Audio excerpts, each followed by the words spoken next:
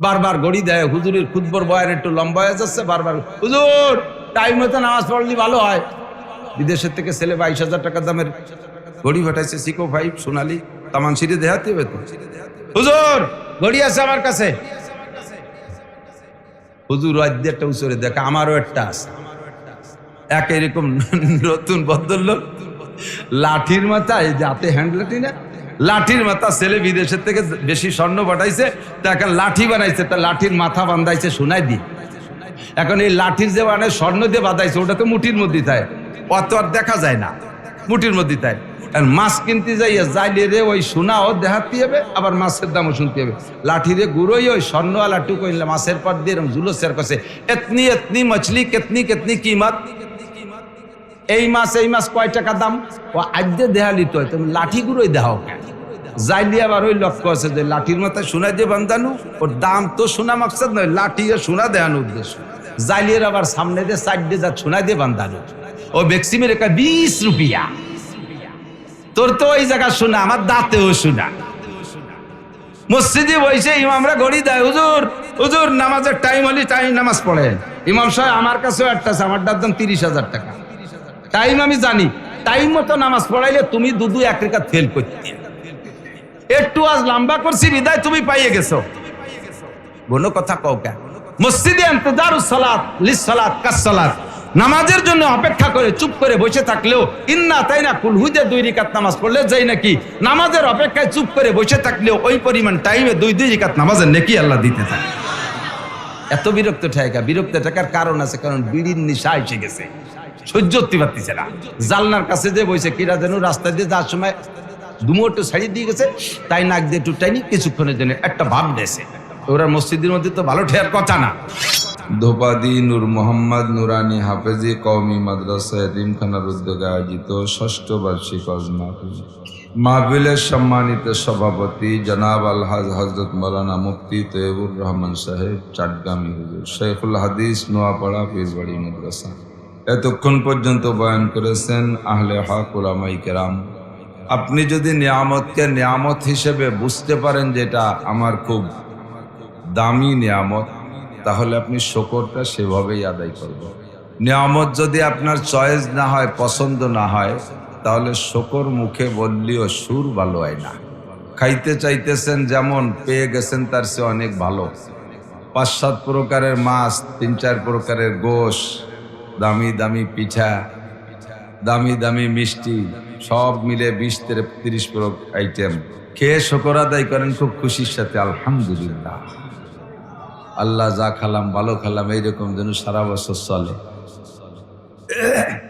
খাইতে মনে চাচ্ছে অনেক কিছু, কিন্তু পাইছেন একটু শাক রুটি, 2টা পান্তা ভাত আর 2টা কাঁচামরিচ, এটাও আল্লাহর নিয়ামত। খেয়ে মুসলমান শুকর আদায় করে, কিন্তু সুর ভালো না। আলহামদুলিল্লাহ যা খাইছে ভালো খাইছে, না খালি কি না, 2 বারই আলহামদুলিল্লাহ কয়, কিন্তু সুরের পার্থক্য আছে। এখানে বসে কিছু মাসআলার আলোচনা হবে। আমি এমনি আগের থেকেও সুর নাই, আর গজলও জানি না, এদিক দিয়ে মারাত্মক দুর্বল। হুজুর শেখুল হাদিস সাহেব আমার কাছে আছে, সভাপতি সাহেব আছে, হুজুরের কাছে শুনে দেখতে পারেন বুখারী শরীফের মধ্যে কয়টা গজল আছে। হাফেজ সাহেবদের কাছে শুনতে পারেন কোরআন শরীফের মধ্যে কয়টা গজল আছে। গান গজলে পারিও না, সুরও নাই, তবে গজল শুনতে ভালো লাগে, আমিও শুনি, আমারও খুব মজা লাগে। যারা গায় তাদের হিংসা করছি না, তাদের সাথে হাসাদও করতেছি না। আল্লাহ তাআলা তাদের কণ্ঠ ভালো রাখুক। দুনিয়াবি পচা গান বাজনার থেকে মানুষকে ফিরানোর জন্য যদি একটু ভালো গজল দিয়ে সেদিক থেকে কিছু হলে ফিরানো যায়, হতে পারে এর মধ্যে কোনো কল্যাণ থাকতে পারে, আমি পারি না সেটা। আল্লাহ তো এই কাটা কাটা কিছু কথা, কিছু মাসআলা বলার অভ্যাস, উলামায়ে হাক্কানি পাশে থাকলে মাসালাগুলো বলতে সাহস হয়, কারণ আমার যদি ভুল হয়ে যায় উনরা আমারে সংশোধন করাই দেবে, যাতে ভবিষ্যতে আমার ভুল আর না হয়। আর যদি সহি বলি তাহলে আমরা সকলে আমল করব। আমল করার এক ফজিলত, আর শুধু আমলের নিয়তে শুনলে শিখলে আলাদা ফজিলত। এই যত মাহফিল হয় সব মাহফিলে কুচো কয়টা সামনে বসে, একবার আসবে একবার যাবে, উঠবে বসবে, সানাসুর খাবে, বাদাম খাবে, মুরব্বীরা সব দুধে দুধে থাকে, এই সামনের সিট ওরা দখল করে বসে থাকে। আর যত আইডিও বানিয়ে নড়াচড়া করবি না একটু, খালি কিন্তু মারামারি বেঁধে তাদারুসুল ইলমে সাআতান খায়রুম মিন ইবাদাতি 60 সানা। উলামায়ে কেরামের কাছ থেকে শুনেছেন, পোলাপানও পড়ে মাজলিসু ফিকহিন নুরানি মাদ্রাসাতে, শুনছেন না হাদিস? কি সুন্দর চমৎকার কণ্ঠ দিয়ে তাল মিলে বলে হাদিস শরীফ, এটা জাকি মারে। قال رسول الله صلى الله عليه وسلم مجلس فقه خير من عبادة 60 سنة। হাদিস শরীফের অর্থ শুনছেন না? এগুলো শুনুন না, ও দাঁত দিয়েও হাঁটেন না, কাছে জানতো, শোনেন তো। হাদিস শরীফের অর্থ কি? মজলিস ফিকহিন, ফিকার মজলিস, যেখানে মাসআলা মাসাইল আলোচনা হয়, এই মজলিসটা খায়রুম মিন ইবাদাতি 60 সানা, 60 বছর নফল ইবাদতের চাইতে দামি। এই ভাষালারা টের পাইনি মানে কি 60 বছর নফল ইবাদতের চাইতে দামি মজলিসে ফিকাহ। আবার বলি সুবহানাল্লাহ। আরে এই মজলিসটা সম্পূর্ণ ইনকামের মজলিস, এ জায়গার কিচ্ছু মায়ের যাবে না। সুবহানাল্লাহ বললে আলাদা একটা লাভ, বলবেন না সুবহানাল্লাহ? রাইস মিলির মতো, ওর মধ্যে খালি দান দিতে পারলে ওর ছাই দিয়েও দাঁতের মজন বানায়, ওর কিচ্ছু ফেলায় না। ওর তুষকুড়ো দিয়েও তেল বানায়, লাস্টে দাঁতে পোড়াইয়ে ছাই বানায়, সে ছাই দিয়েও দাঁতের মজন বানায়, তাই ছাই দিয়েও সিমেন্ট বানায়। এই মজলিসের ভিতরে, ইন্ডাস্ট্রিজের ভিতরে বসে থাকবেন, কিছু করবেন না, খালি বাদামটা খাবেন না।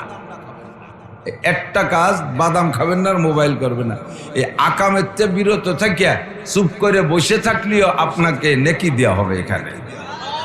আর ফাঁকে ফাঁকে সুবহানাল্লাহ বলি তো মোটা ইনকাম আছেই। আমি বহিরাগত মেহমান, আমারে মাইক ধরে বক বক করতে লাগাই দিয়ে আপনারা বাড়ি এলারা বাদাম খাচ্ছেন। এলাকার মানুষ তো এত অসামাজিক না।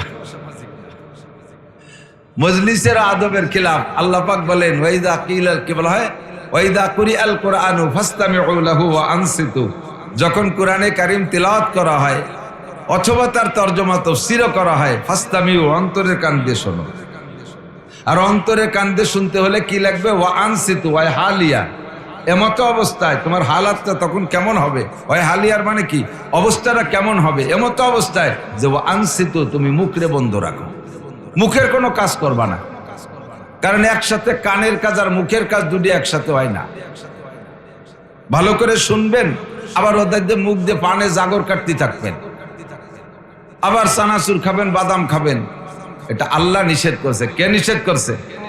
আমি বললাম আল্লাহ নিষেধ করছে, কোরআনে আর আয়াত দিয়ে বললাম। এরপরও যদি কেউ আবার ফাক্কা মাইরে খান, তাহলে আওয়াজ করে কি লাভ হবে? অস্ত আপনি শেষ পর্যন্ত বিশ্বাসই করবেন না, আপনি কোরআনই মানেন না। আল্লাহ, নীরব থাকা যাবে তো কিছুক্ষণ, অল্প কিছুক্ষণ বাদাম খাইয়েন। আল্লাহ আসালি বহু জীবন ভরিয়া বেঁচে থাকলে খাতে পারবেন। আর বাদাম দেশের থেকে গায়েব হয়ে যাচ্ছে না। ধান চাল না হলেও বাদাম হয় ইনশাআল্লাহ, খুব পাবেন ইনশাআল্লাহ। তো মজলিসু ফিকহিন খায়রুম মিন ইবাদাতি 60 সানা, 60 বছর নফল নামাজ ও নফল রোজার চাইতে। সাহাবায়ে কেরাম বলেন, মিনাইয়া আমালিন ইয়া রাসূলুল্লাহ, হুজুর 60 বছর ইবাদতের চাইতে দামি কোন ইবাদত? হুজুর হাদিসের মধ্যে বলছেন সিয়ামুহা ওয়া কিয়ামুহা। যেমন আগামীকাল শুক্রবার না, আগামীকাল শুক্রবার, শুক্রবারের জুমার দিনের একটা ফজিলত হুজুর বয়ান করলেন। মান গসসালা, জুমার দিনে, আগামীকাল জুমা যেহেতু হাদিসটা মনে রাখবেন। বয়ানের একেবারে প্রারম্ভ কথা, নগদে কালকেই আমল হয়ে যাবে ইনশাআল্লাহ। পারবো না ইনশাআল্লাহ? হুজুর বলেন মান গসসালা, জুমার দিনে কয়েকটা সুন্নতের পর আমল করো। মান গসসালা, যে ব্যক্তি উত্তম রূপে গোসল করে, জুমার দিনে উত্তম রূপে গোসল করা সুন্নাত। গোসলটা কখন করবেন? এমন সময় গোসল করবেন যে গোসলের ওজুদে জুমো পড়া যায়। সকাল 9টায় গোসল করছেন, এরপরে পেশাব পায়খানা বাইটাই অনেক কিছু ছাড়িয়ে টেড়িয়ে এরপরে নামাজে যাওয়ার সময় আবার ওযু করে মসজিদে গেছেন, এইটা জুমার ওযু। জুমার গোসল হয় নাই। জুমার গোসল হবে যেই গোসলের সময় যে পাক হয়ে গেছে শরীর, এই পবিত্রতা দিয়ে যাতে আপনি জুমা পড়তে পারেন। কাপড় পাল্টানোর সময় যে গোসলের সময়তে কাপড় পাল্টালাম, সে সময় রানের থেকে কাপড় সরিয়ে গেল, তাতে ওযু ছুটে যায়নি। ওযু ভাঙ্গার কারণ কয়টি? জ্বর হলো না, জানি না তার কয়টা কব? 7টি। হ্যাঁ, তুমি জানো। ওযু ভাঙ্গার কারণ কয়টি? 7টি। তার ভিতরে একটাও কি আছে হাঁটুতে কাপড় সরিয়া গেলে ওযু ছুটিয়া যায়? এই 7টার মধ্যে এটা নাই। কাজে একটু নড়ে চড়ে গেলে ও তো ওযু ছোটে নাই।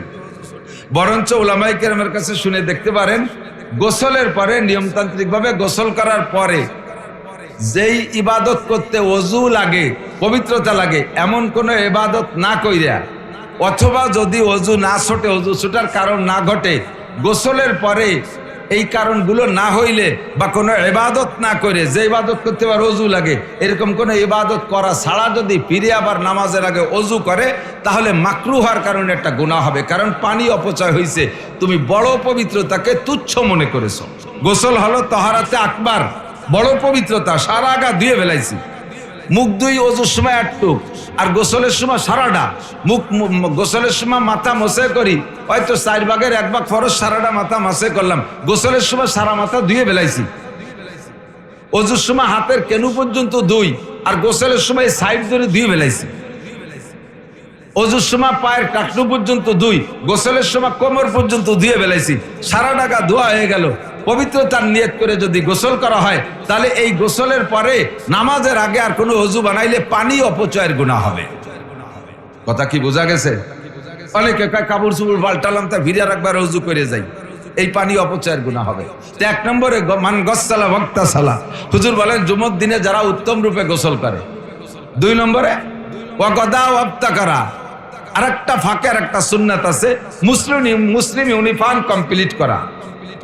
এমনি সময় প্যান্ট শার্ট টাই কোট যা পরেন পরেন, গেঞ্জি পরেন, প্যান্ট পরেন, লুঙ্গি পরেন, গামছা পরেন, সেটা আপনার ব্যাপার। সে জায়গার ফতোয়া আমি দেব না, ওলামায়ে কিরাম দেবে। তবে নামাজে আসার জন্য, নামাজ একটা মুসলমানদের একটা কি বলা হয়, সেনাবাহিনীর একটা রূপ।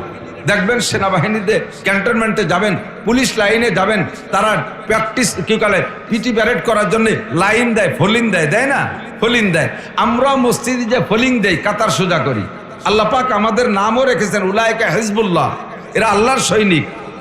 তো প্রত্যেক সৈনিক ডিপার্টমেন্টের আলাদা আলাদা পোশাক আছে না নাই? একটু কথা কর না কেন? পুলিশের পোশাক আছে না? আর্মির আলাদা পোশাক না? বিডিআর এর আলাদা পোশাক, বিমান বাহিনীর আলাদা পোশাক।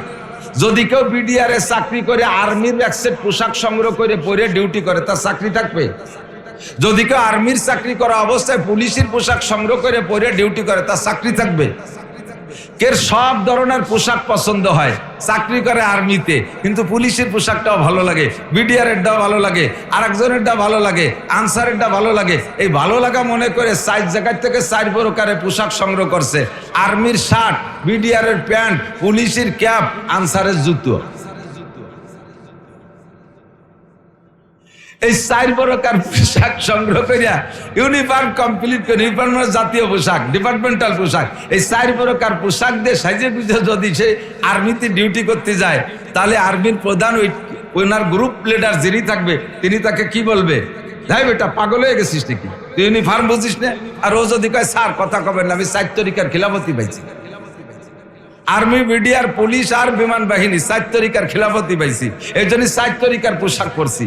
তাতে কি তাকে গ্রান্ট করবে? তুই ইউনিফর্ম বুঝিস না, তুই পাগল হয়ে গেছিস, তোর পাবনা পাঠাতে হবে, মেন্টাল হাসপাতালে পাঠাতে হবে। তা আপনি সেনাবাহিনীর চাকরি করতে গেলে যদি সে জায়গায় ইউনিফর্মটা যথাযথ ঠিক করে যেতে হয়, আপনি আল্লাহর ঘরে মসজিদে আসছেন, কাতার দিয়ে দাঁড়ায় নামাজ পড়বেন, একজন কমান্ডারের কমান্ড ফলো করবেন। কথাক্ষণ ঠিক না? ইমাম সাহেব আমার কমান্ডার না, একজন কমান্ডারের কমান্ড ফলো করে আপনি নামাজ পড়বেন, সে জায়গায় আপনার একটা ইউনিফর্ম থাকা দরকার আছে। ইউনিফর্ম সম্পর্কে আবু দাউদ শরীফের ভিতরে নবী পাকের হাদিস আসছে, সাহাবী বর্ণনাকারী বলেন, মা ক্বালা রাসূলুল্লাহ সাল্লাল্লাহু আলাইহি ওয়াসাল্লাম ফিল ইজার ফাহুয়া বিল কামিজ ওয়া ইজ্জাতুল মুসলিম ইলা আনসাফি সাকাইহি। হুজুর বলেন মুসলমানদের ইজার হলো, মুসলমানদের ইউনিফর্ম হলো, পোশাক হলো মা ক্বালা রাসূলুল্লাহ সাল্লাল্লাহু আলাইহি ওয়াসাল্লাম ফিল ইজার। সাহাবী বলেন হুজুর পাজামা সম্পর্কে তাহা বলেছেন, মুসলমানের পাজামা সম্পর্কে তাহা বলেছেন। মা ক্বালা ফিল ইজার ফাহুয়া বিল কামিজ, হুজুর মুসলমানদের পাজামা সম্পর্কে যাহা বলেছেন, জামা সম্পর্ক তাহাই বলেছেন। তাহলে পাজামা জামার মানে কি? পাজামা যতটুক ঝুল হবে, জামা ততটুক ঝুল হবে, এটা হলো মুসলিম ইউনিফর্ম। কতক্ষণ বোঝেন নাই কথা? তাহলে পাজামারটা মাপটা যদি জানতে পারি, তাহলে জামার মাপটাও জানা যাবে। এবার পাজামার মাপটা হাদিসের মধ্যে আছে, ওয়া ইজরাতুল মুসলিম ইলা আনসাফি সাকাইহি, মুসলমানের পাজামা হবে নিসফ সাক, হাঁটু আর টাকনুর মাঝখান, হাঁটু আর টাকনুর মাঝখান। এ পর্যন্ত আপনার পাজামা হবে, ও পর্যন্ত জুল আপনার জামা হবে। এবার মাথায় পরবেন টুপি, মাথায় পরবেন পাগড়ি। ক্বালা রাসূলুল্লাহ সাল্লাল্লাহু আলাইহি ওয়াসাল্লাম আলাইকুম বিল আমাইম ফাইন্নাহা সুন্নাতুল মালায়েকা। হুজুর বলেন মুসলিম ইউনিফর্ম হলো তোমরা অবশ্যই পাগড়ি পরবা, এটা ফেরেশতাদের সুন্নাত। দাখালা রাসূলুল্লাহ সাল্লাল্লাহু আলাইহি ওয়াসাল্লাম মক্কা ইয়াউমাল ফাতহ ওয়া আলাইহি ইমামাতুন সাউদা। নবী আলাইহিস সালাম মক্কা বিজয়ের দিন যখন সাহাবায়ে কিরাম 10,000 সাহাবা নিয়ে মক্কার উপরে ঢুকলেন, মক্কার ভিতরে ঢুকলেন, তখন হুজুরের মাথায় ছিল কালো পাগড়ি। এরপরে হুজুর বলেন বদরের যুদ্ধে আল্লাহ তাআলা খামসাতু আলাফিন মিনাল মালায়েকাতি মুসাব্বিমিন ওয়া আলাইহিম ইমামাতুন খাজরা। বদরের যুদ্ধে খেয়াল করতেছেন নাকি আমি এলোমেলো কই যাচ্ছি তা বুঝতে পারতেছি না। বদরের যুদ্ধে হাজী সাহেব যারা মক্কায় গেছেন, হজ করছেন, বদর দেখছেন, এরকম দুই একজন আছেন নাকি বদরে গেছেন? বদরে গেছেন। থ্যাংক ইউ, পাইছি একজন সাথী। বদরের একটু আগে যেখানে যুদ্ধ সংগঠিত হয়েছিল ওর খানিক আগে একটা পাহাড় আছে, তার নাম জাবালে মালাইকা। জাবালে মালাইকা, আল্লাহু আকবার। আমি নামছি ওখানে এবছরই গিয়ে। তো জাবালে মালাইকা, বালি তো বালি, সে শুধু বালির পাহাড়, একটা পাথর তার ভিতরে নাই, নির্ভেজাল, এক জাররা পরিমাণ সাদা বালি নাই, এক জাররা পরিমাণ মাটি নাই, বিশাল উঁচু পাহাড়, অথচ সম্পূর্ণ বালু দিয়ে তৈরি, জোর জুরে বালি, দলা দরা শক্ত বালি না, পা দিলি পা ঢেবে যায়। প্রচন্ড গরম, এত গরম হয়ে গেছে মনে হয় যেন চাউল দিলে মুড়ি হয়ে যাবে। জুতা বাইদে উঠছি, পাশতে যতটুকু ঢুকে গেছে তাতেই যেন পায়ে ঠোস পড়ে গেছে। ওই পাহাড়ের গায়ে গেলে মনে হয় যেন, যেহেতু নামটা জানি যে জাবালে মালাইকা, জিবরিল আলাইহিস সালাম 5000 ফেরেশতা সহ বদরের যুদ্ধে মুজাহিদিনদেরকে সাহায্য করার জন্য সর্বপ্রথম ওই পাহাড়ের উপর এসে অবতরণ করেন। ওখান থেকে সাহাবায়ে কিরামদেরকে, ফেরেশতাদেরকে প্রশিক্ষণ দিয়ে যার যার ডিউটি আর দায়িত্ব দিয়ে ভাগ ভাগ করে যে তুমি আবু জাহেলকে থাপড়ায় চিৎ করে ফেলাবা। কয়জনের দায়িত্ব দিয়েছে? তুমি আবু লাহাবের ঠ্যাং ধরে চিৎ করে ফেলবা, তুমি উতবারে ধরবা, তুমি সাইবারে ধরবা, তুমি ওলীদ ইবনে মুগীরারে ধরবা। এভাবে দায়িত্ব ভাগ করে দিয়ে ওখান থেকে সামনে কয়েক কিলোমিটার পরে এলো বদর। আল্লাহু আকবার। এই জায়গা ফেরেশতারা যে নাজিল হয়েছিলেন আলাইহিম ইমামাতুন খাজরা, তাদের মাথায় ছিল সবুজ পাগড়ি। বলবেন না সুবহানাল্লাহ? চরমুনার হযরতের মুরিদানরা সবুজ পাগড়ি বেশি পরে। আর হুজুর মক্কা বিজয়ের দিন নিজে কালো পাগড়ি পরছিলেন। এজন্য মুফতি নুরুল আমিন সাহেব সহ হাজারো উলামায়ে কিরাম অন্যান্য পীর মাসে একটা কালো পাগড়ি পরে। নবী আলাইহিস সালাম কখনো কখনো সাদা পাগড়ি পরতেন। এরপরে বলবেন যে হুজুর পাগড়ি যদি নবীর সুন্নত হয় তাতে মনমোহন সিংহ নবীর উম্মত। মনমোহন সিং ভারতের, আপনাকে কাছে কাছে পাগড়ি পরে না? ভারতের শিখরা পাগড়ি পরে, তাই তো ওরাও নবীর সুপারিশ পাবে। আল্লাহু আকবার। দাড়ি রাখলেই যদি বেচতে যাওয়া যায় আর নবীর সুপারিশ পাওয়া যায়, তা আমাকে হরিভদ দাড়ি রাখে। হরিভদ দাড়ি আর নবীর দাড়ি একরকম নাকি? সুন্নতি দাড়ি এক। মুসলমানের দাড়ি কসু শাহরে বা ওয়াফুল লোহা, বুখারী শরীফের হাদিস হুজুরের কাছে শোনেন, কসু শাহরে বা ওয়াফুল লোহা, কসু শাহরে বা ওয়াফুল লোহা, বিভিন্ন ভাবে আসে শব্দ। দাড়িরে লম্বা করো, মোসরে খাটো করো, দাড়িরে ছেড়ে দাও, মোসরে খাটো করো, দাড়িরে ছেড়ে দাও, মোস না রাইখা মোস কাইটা দাড়ি রাখা, এটা হলো মুসলমানের দাড়ি। কথা কোন ঠিক না? আর ঠাউর হরিপদ নইলে ঋষি গৌর গোবিন্দ ব্যানার্জি চ্যাটার্জি ভট্টাচার্য যোগে যে দাড়ি দেওয়ার মোজ যে মুখ রে বুড়োই ফেলাইছে, চা খাওয়ার হুটো ডাওর আহি নাই, সামনে এভাবে বেড়া হয়ে গেছে। একবার তখন আরিসার রুটে লঞ্চ চলে, লঞ্চের ভিতরে 7 দোকান ছিল। সে সময় আরিসা হয়ে ঢাকা যাইতাম। তো ঢাকার থেকে আসার পথে লঞ্চে উঠছি, উঠিয়ে তো সে সময় 1-2 ঘন্টা লঞ্চে থাকা লাগতো। ওই আরিসার থেকে ছাড়তে পাশে দৌলত দিয়ে এসে ভিড়তো, উজইয়া আসা লাগতো, অনেক কষ্ট হয়েছে, যাওয়া আসার ভিতরে সময় লাগতো। তো উঠিয়া একটু চা খাতে গেছি, যে ঘন খুব সুন্দর করে দুধের চা বানাচ্ছে, ঘন দুধের চা। এমনি চা খুব একটা খাই না, কিন্তু ওই চা দেখে খুব লোভ আসছে। তখন আমি কইলাম ভাই আমার একটা চা দেন। এর ভিতরে দেখি ওই মৈশো সাধু একটা বসা, মশলা। ও আমার আগে চা চাইছে, তা আমি বললাম আমারটা চা দেন। হুজুর একটু বসেন, এই মুরব্বীর একটু দিয়ে নেই। আমাকে হ্যাঁ হ্যাঁ ঠিকই কইছে। আমি দেখি ও চা খায় কোন ভাগ দিয়া, নাক দিয়ে ডালে না, কান দিয়ে ডালে না, কোন ভাগ দিয়ে ডাকে, মুখ তো ঘিরা রয়েছে। দাঁড়িয়ে বসে ফান দাঁড়িয়ে আর মোজ দিয়ে ঠোঁট মোট সব ঘিরা দিল ওরে সেই ঘন দুধের চা। দেখ যে মোষটা এরকম টাইনি ধরে তলে কাপ বাঁধাই দিচ্ছে, কাপ বাঁধাই দিয়ে মোষ কটা আবার ছাড়ি দিছে। সবগুলো মোষ কাপের মধ্যে দুধের চার মধ্যে পড়ছে। সাদা মোষ, পাকা মোষ, এর সাথে যখন ওই গাঢ় দুধের চা মিশে গেছে, এরপরে সে মোষ বেয়ে বেয়ে পড়তেছে, কেমন পচা শিয়েন পড়তেছে। আমি বললাম তোর পায়ে ধরি, আমি দুধ চা খাবো না। যা কইছিলাম আমি অর্ডার ফেরত দিলাম। তো মুসলমানের দাড়ি আর মোষ আর হিন্দুর দাড়ি মোষ এক না। অনেকে ঠাট্টা করিয়া ব্যঙ্গ করিয়া দাড়িওয়ালাদেরকে উপহাস করে, বয়স তার চেয়ে কম, কিন্তু যিনি উপহাস করতেছে তার বয়স দাড়িওয়ালার চাইতে 10-15 বছর বেশি, অথচ দাড়িওয়ালার ঠাট্টায় রেখা ও চাচা কয়, কি কয় না? যে চাচা কয় তার বয়স 50, যারে চাচা কয় তার বয়স 25।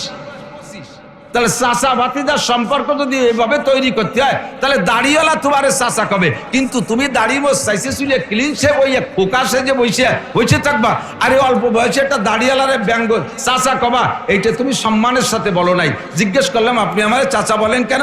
কয় যে আমার চাচারও দাড়ি আছে, আপনারও আছে, সেই হিসেবে কইছে। তাহলে যদি চাই তো তোমার আব্বার কি দাঁড়িয়েছে বলে আছে, চাষার দাড়ি বিদায় যদি আমারও দাঁড়িয়েছে বলে চাষা কও, তা আব্বারও দাঁড়িয়েছে, আমারও আব্বা কও, চাষা কও কেন? তুমি এইটা চাষা বলে সম্মান করে আমার চাষা কও নাই, দাড়িওয়ালা বলে ঠাট্টা করে চাষা বলছো। কথা কোন ঠিক ঠিক না? আমার চাষা কেমন আছেন? আমি চাষা না, তুই চাষা, আমি তো চাষা। চাষা তুই চাষা, আমি চাষা। আল্লাহ পাক বলেন ফাত্তাখাযতুমুহুম সিকরিয়ান হাত্তা আনসাউকুম যিকরি। সুন্নতওয়ালা, দাড়িওয়ালা, টুপিওয়ালা, আলেম উলামা, দিনদার, মুত্তাকিন, পরহেজগার, হক্কানি পীরের মুরিদ, দাওয়াত ও তাবলীগের সাথী, মসজিদের ইমাম, মুয়াজ্জিন, উলামায়ে কিরাম, তুলাবায়ে আযম, পীর মাশায়েখ, এক কথায় দিনদার মানুষদেরকে তোমরা ঠাট্টা করার কারণে হাত্তা আনসাউকুম যিকরি, আল্লাহ তাআলা তোমাদেরকে নসিহতের থেকে গায়েব করে দিয়েছে। নসিহত আর উপদেশ গ্রহণ করার যোগ্যতা তোমাদের অন্তর থেকে আল্লাহ তাআলা বিলুপ্ত করে দিয়েছে। যদি নসিহত গ্রহণ করতে হয় তাহলে নসিহত করনেওয়ালাদের প্রতি শ্রদ্ধার ব্যবহার রাখতে হবে, সম্মানের ভাষা ব্যবহার করতে হবে। কথা বলুন ঠিক ঠিক না? আমি বয়ান করি, আমার প্রতি যদি আপনার শ্রদ্ধা না থাকে, ভালোবাসা না থাকে, আমাকে যদি সম্মান করার বোধ আপনার না থাকে, তাহলে আমার কথা থেকে আপনার কোনো ফায়দা হবে না, আপনি নিতে পারবেন না। হুজুর কি কয়, ও কি আমরা জানি টানি নিয়ে এই যদি বেশ কি মারেন, তাহলে আপনি বুঝে দিচ্ছেন। সম্মান থাকতে হবে। কষ্ট পেলেন? কষ্ট পেলেন? বয়ান শোনার একটা আদব শিখাইলাম, ওই কথা চলে যাই। তাহলে মনমোহন সিংহেরও পাগড়ি আছে, সে কি নবীর উম্মত বলে সুপারিশ পাবে? হুজুর বলেন এখানেই পার্থক্য, এখানে একটু পার্থক্য করতে হবে।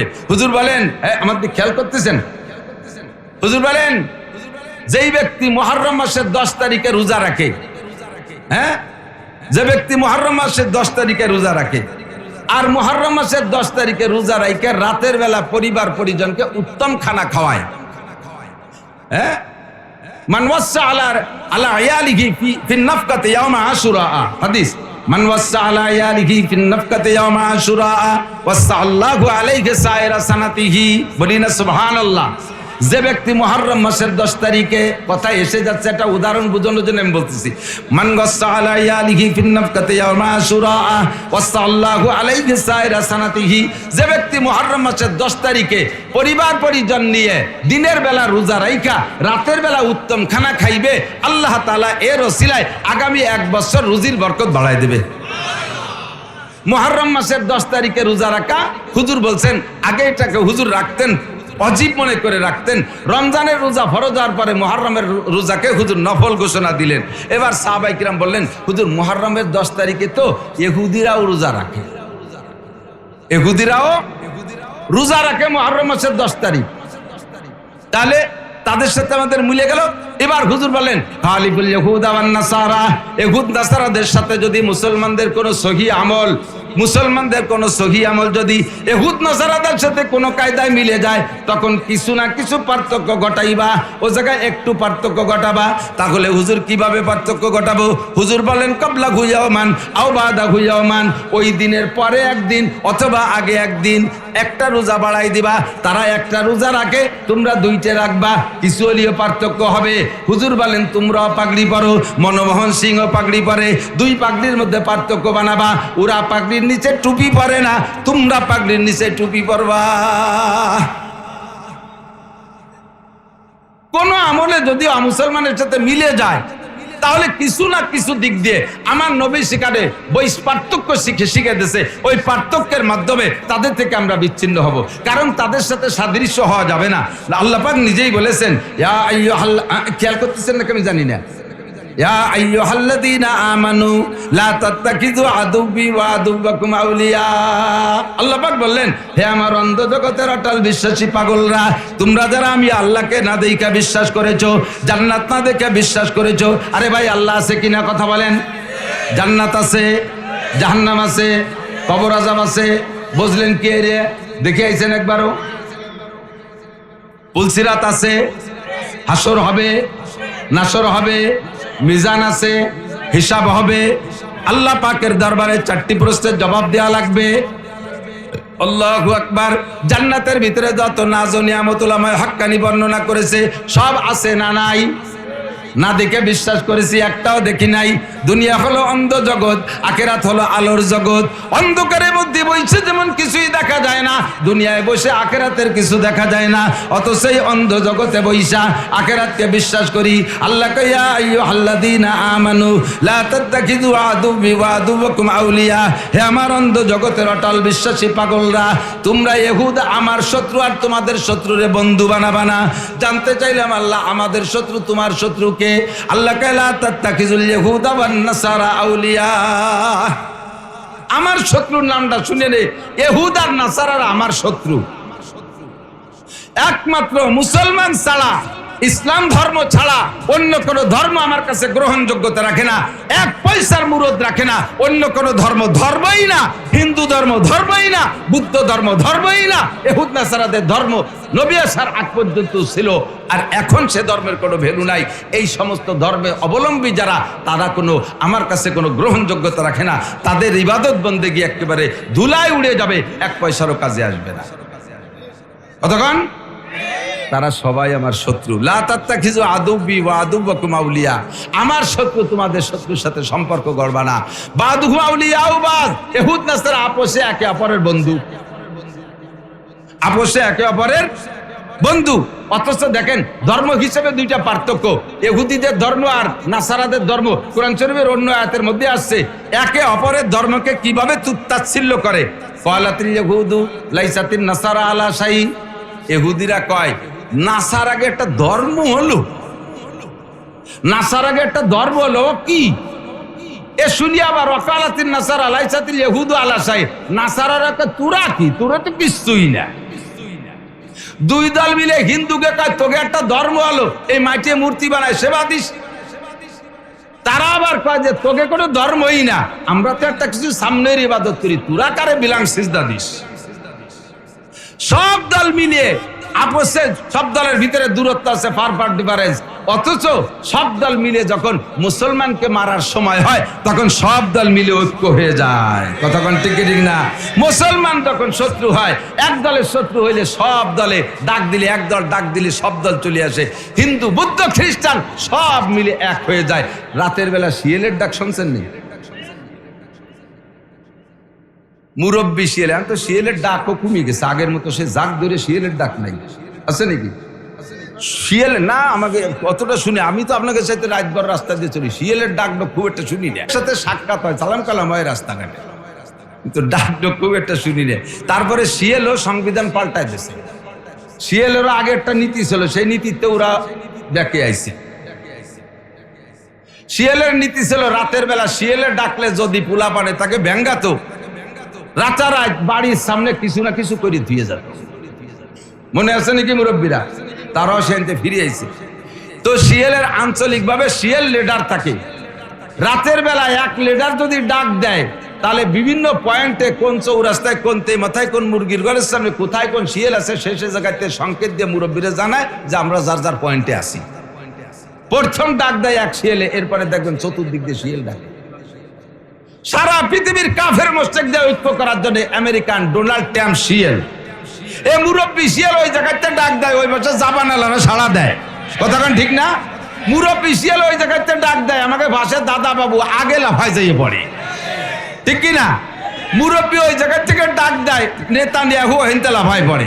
মুরব্বী আমেরিকা থেকে ডাক দেয়, কি ইউরোপ কান্ট্রির যত রাষ্ট্র আছে সমস্ত রাষ্ট্রপ্রধানরা ল্যাংটা ফ্যাংটা হয়ে লাফাই এসে পড়ে, দর খালি মুসলমান মার, মুসলিম নিধন আন্দোলন।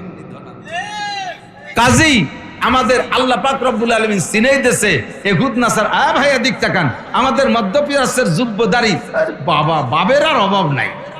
আকামের গুরু 43 বন্ধের যুব্ব একটা গায়ে দিয়ে, মাথায় রুমাইল একখান দিয়ে, তার উপরে টায়ার পেঁচায়।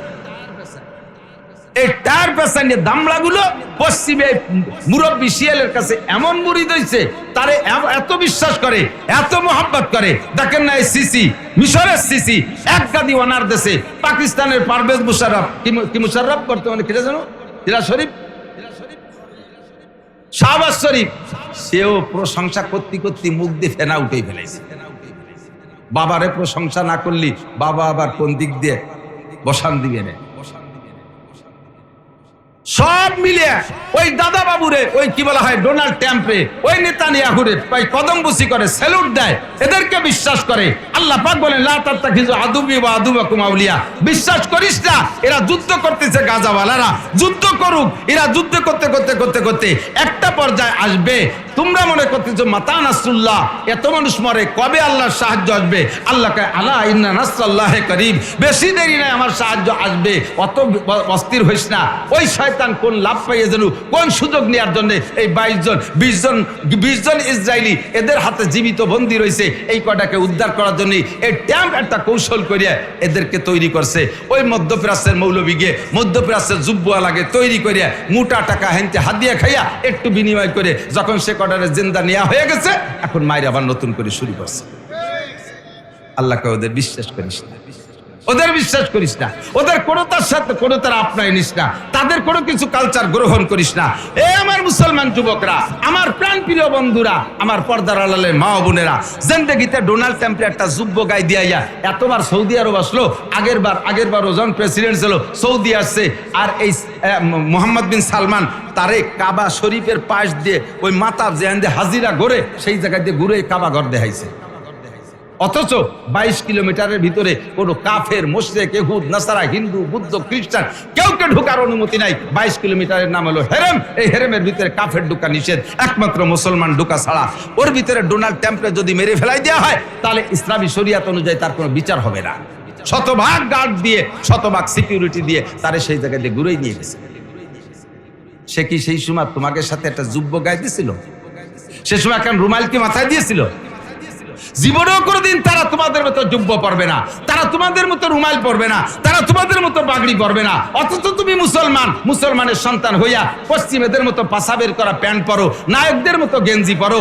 ওই কি বলা হয় প্লেয়ার যারা আছে, প্লেয়ার যারা আছে মেসি, নেইমার, তারা কি গেঞ্জি পরে, সেই গেঞ্জি তুমি পরো। তাদের দেশের পতাকা ভালোবাসা 1 কিলোমিটার 1.5 কিলোমিটার পতাকা, তুমি হাজার টাকা খরচ করে বাপের জমি বিক্রি করে পতাকা বানাও, তা তোমার ঘরের উপরে সেই পশ্চিমেদের পতাকাটা নাও। তোমার একখান পতাকা তো তারা কোনোদিন টানায় না। তাদের সবকিছু তুমি বানায় নিলে। তারা যেভাবে দাড়ি রাখে, তুমিও সেরকম খাইজনি বগল সাইজের দাড়ি, বগলও যেটুক দাড়িও সেটুক। আল্লাহর কি রে দাড়ি কয় না, এর আল্লাহর কি রে কলাম, এই একটুক খাইজনি দাড়িতে দাড়ি কয় না, এর নাম হলো নুস্স দাড়ি। ও দেখলি নুস্স মনে হয়। আমার নবী বলে দিছে, নবী বলছে নো টক বাট উস্কুত, কথা হবে না, আমার গতি দিতে হবে। ছোট করো, দাঁড়িয়ে বড় করো, তোমার বগল উচ্চল্লি, মাথা খালি হয়ে, চুলো যাটুক, বুড়ো চারটুক, মোষ ততটুক, দাঁড়িয়ে ততটুক, বগল বরঞ্চ তার চেয়ে আর একটু বড়। যেটা দেখবা জেলেনস্কির দাড়ি আর মুসলমানের দাড়ি একই সাইজের, মেসির দাড়ি আর মুসলমানের দাড়ি একই সাইজের। এইটা কেন হবে? তুমি তাদের কালচারকে কেন ভালোবাসো? লা তাত্তাখিযু আদুবি ওয়া আদুবাকুম আউলিয়া, আমার শত্রু আর তোমাদের শত্রুকে বন্ধু বানাবা না। কথা কন? পাগড়ি তারা পরে, মনমোহন সিং পাগড়ি পরে, তুমি সেই পাগড়ি পরো না, তার সাথে একটু বিরোধ করে পাগড়ি পরো, তোমার পাগড়ির নিচে টুপি পরো। মুসলিম ইউনিফর্ম জুমার দিনে মনে আছে নাকি? জুমার দিনে 5টা সুন্নাত, কয়টা? আগামীকালকে সুন্নাত। 1 নম্বরে উত্তম রূপে গোসল, 2 নম্বরে মুসলিম ইউনিফর্ম কমপ্লিট করবেন। আর কেউ খালি মাথায় টুপি কি নামাজের কিছু নাকি? টুপি নামাজের কিছু না, দাড়ি নামাজের কিছু না, এডা নামাজের কিছু না, ওডা নামাজের কিছু না, তাহলে কি তোমার ইসলামের কিছু? চরমনায় পেশাব হুজুর রহমাতুল্লাহ আলাইহি বলতেন, আল্লাহু আকবার। আল্লাহ, একজনে খাটো করতে করতে করতে করতে কি করে ফেলাইছে, এক মুরব্বী প্যান্ট বানাইছে। সচরাচর পরে আগে থেকে ছোটবেলাতে অভ্যাস, ওই প্যান্টের নিয়মিত টাকনুর থেকেও নিচে থাকতে হবে। প্যান্ট যদি টাকনুর উপরে ওঠে এটা হলো অসামাজিক প্যান্ট। সুবহানাল্লাহ। টাকনু শুয়ে, আমার দিক যুবক, আমার দিক তাকাও, টাকনু শুয়ে প্যান্ট পাজামা পরলে قال رسول الله صلى الله عليه وسلم من جر ازاره بطرا لم ينظر الله اليه يوم القيامه। যে ব্যক্তি অহংকার করে হোক, যেভাবেই হোক না কেন, পুরুষ হইয়া জামা জুব্বা লুঙ্গি প্যান্ট পাজামা টাকনু পর্যন্ত টাকনু সুয়াইয়া ব্যবহার করবে, লা ইয়ানজুরুল্লাহু ইলাইহি ইয়াউমাল কিয়ামা। ও যতবার হজ করুক আর যাকাত দিক, যত টাকা যাকাত দিক, ও যত নফল রোজা নফল ইবাদত করুক না কেন, ও যতবার তাবলীগে চিল্লা দেখ না কেন, আল্লাহ তাআলা কিয়ামতের ময়দানে ওর দিক ফিরেও তাকাবে না। আর আল্লাহ যদি তোমার আমার দিক না তাকায়, তুমি কি একা একা বিল আর আড়ি বেচতে চলে যেতে পারবা? আল্লাহ না চায়, না চাই, আল্লাহর আমার দরকার নেই, বেচতে আমার বেচতে আমি চলে যাই। চৌরাস্তায় আহিয়ালা বাস দিয়ে দাঁড়ায় রয়েছে ফেরেশতারা, দাগ মুখ ফাটা বেলাতে বাড়োই, ঢোকার কোনো কায়দা কথা কন। হুজুর বলেন মা আসফালা মিনাল কাবাইন ফাহুয়া ফিন্নার। ক্বালা রাসূলুল্লাহ সাল্লাল্লাহু আলাইহি ওয়াসাল্লাম, শুনে দেন হুজুরের কাছে, হাদিসের ভিতরে পরিষ্কার আসছে, মা আসফালা মিনাল কাবাইন ফাহুয়া ফিন্নার। টাকনুর নিচে যেটুক যাবে কাপড়ের থেকে, ওইটুক জাহান্নামের মধ্যে যাবে। তা আপনার টাকনুর নিচে যেটুক নিচে চলে গেছে, ওইটুক আর নিচের পাটুক, এই দুইটুক জাহান্নামে যাবে, আর আপনার পুরো বডি ভেস্তে থাকবে। পাও যে জায়গা পাওয়ালাও সে জায়গা, কথা কন না কেন, পা যে জায়গা পাওয়ালাও সেই জায়গা। এর এক একটা মাসালা যে শুনতেছেন, আমল হলো পরে বলতেছি, এক একটা মাসালা শুনতেছেন শিখতেছেন, এর বিনিময়ে আপনি 60 বছর নফল নামাজ ও নফল রোজার চাইতে বেশি নেকি কামাই করতেছেন। আর আমল করলে কি হবে, এগুলো যদি সুন্নাত হয়, এর আমলগুলো যদি সুন্নাত হয়, তো হুজুর বলেন মান তামাসসাকা বিসুন্নতি ইনদা ফাসাদে উম্মতি ফালাহু আজরু মিয়াতি শাহীদ। একটা সুন্নতের পর ওই সময় যে সময় সুন্নতগুলো মুসলমানদের থেকে, মুসলমানদের অলসতার কারণে অথবা মুসলমানদের অপষড়যন্ত্র শিকার হইয়া মুসলমানদের থেকে সুন্নতগুলো বিলুপ্ত হতে থাকবে, একটা একটা করে সুন্নত চলে যাচ্ছে মুসলমানদের অলসতার কারণে, মুসলমানদের অলসতার কারণে মুসলমানদের অপষড়যন্ত্রের শিকার হইয়া সুন্নতগুলো বিলুপ্ত হচ্ছে। হুজুর বলেন এই সময় একটা সুন্নতের পর আমল করলে 100 শহীদের সওয়াব। তাও সুবহানাল্লাহ জোর নেই। 100 শহীদ চেনেন কারে পায়? বাংলাদেশি শহীদ না, আমাকে ওই গোপালগঞ্জের ভিতর দিয়ে বড় বড় হিন্দু এলাকা আছে, ওই জায়গায় যে গেলে রাস্তার বাড়িতে দেয়া যায় শহীদ হরিপদ, শহীদ গোপাল চন্দ্র, ওরা ওই যুদ্ধের সময় মরছে বিদায় ওকে নামও বলে শহীদ। শহীদ হওয়ার জন্য ইমান আর মুসলমান শর্ত, ইসলাম শর্ত, এইটা জানে না, শুধু আমাকে পক্ষ হয়ে মরলি শহীদ। শহীদ হতো পাইকারি শহীদ বলতেছেন না। বাংলাদেশের কোন এক যুদ্ধে, খেয়াল করতেছেন নাকি আমি জানি না, বাংলাদেশের কোন এক ঘটনায় বেশ মানুষ মারা গেছে। তখন মারা যাওয়ার পরে বড় বড় হুজুরদেরকে ডাইকে নিয়ে গেছে তৎকালীন নেতারা, নিয়ে বলছে হুজুর আমাকে তো অমক অমক অমক অমক রফিক শফিক বরকত এরা তো এই ব্যাপারে মারা গেছে, এরা কি শহীদ নাকি হুজুর? কথা হবে না, এরা কি শহীদ নাকি? তো বলতেছে আমার দিক ওই পোলাপান্ডা একটু দৌড়াদৌড়ি করতেছে, কয় হুজুর এই কয়জন কি শহীদ? হুজুররা চিন্তায় পড়ে গেছে, নেতারা ওই কয়জন রে ওই হুজুরকে নিয়ে এলো ফতোয়া দিতে ডেকে নিয়েছে। তাকে সামনে যদি দাঁড়াইয়ে কয় যে না এরা শহীদ না, তাহলে তো কয় এই কটা রাজাকার আটকা। আর যদি কয় শহীদ আর অরিজিনালি যদি শহীদ না হয়, তাহলে আল্লাহর কাছে এবার অ্যারেস্ট হবে না। 2 অ্যারেস্টের ভয়তে হুজুররা 2 ঘন্টা চুপ করে রয়েছে, হা না কিচ্ছু কয় না, শহীদ না শহীদের ভাই না শহীদের কাকা না বাপ, এ কিচ্ছু কয় না। এদেশে মেলা শহীদ আছে না, নামে শহীদ, আসলে কি? একজনের নাম আতর আলী, শুনিয়ে পরান নাক ফসফস করতেছে, কি যেন গিরান, অথচ তার বগল দিয়ে সুসো মরা গন্ধ। তা আতর আলী হলি কি গিরান হয় নাকি? নাম শহীদ, স্লিপ করে বললে পশ্চিম দিক পড়ে না। নাম অলিউল্লাহ, জিন্দেগিতে এক ওয়াক্ত নামাজ পড়ে, সে আল্লাহর ওলি হয়ে গেছে। সাতক্ষীরের শ্যামনগর শাহী মসজিদ মাদ্রাসায় মাহফিলে গেছি, স্টেজে উঠি, ওই সময় শুনি যে একজন আর একজনের ডাকতেছে, এ সুন্নাত সুন্নাত। এই যে মানুষের ভিড়ির মধ্যে সুন্নত ডাকো শুনলো, তখন সকাল আমি ব্যাক করলাম, যে সুন্নত দেখে যায় তার কোয়ান্তে কোন জায়গা কর্তক সুন্নত। আউ্লাকের সুন্নত তো দূরই কথা, জায়গায় জায়গায় ফরজও নাই। প্যান্টারটা ভরিয়ে আইছে সুন্নত দেয় যে তার ভাষার দায়িত্বে গিরিয়ে বার হয়েছে 1 বিঘের, তাহলে ফরজ মাইর খাইছে না? তার নাম আতর আলী হলি গিরান হয়ে যায় নাকি? নাম শহীদ হলি শহীদ হয়ে যায়, শহীদ হরিপদ, কেমন কথা?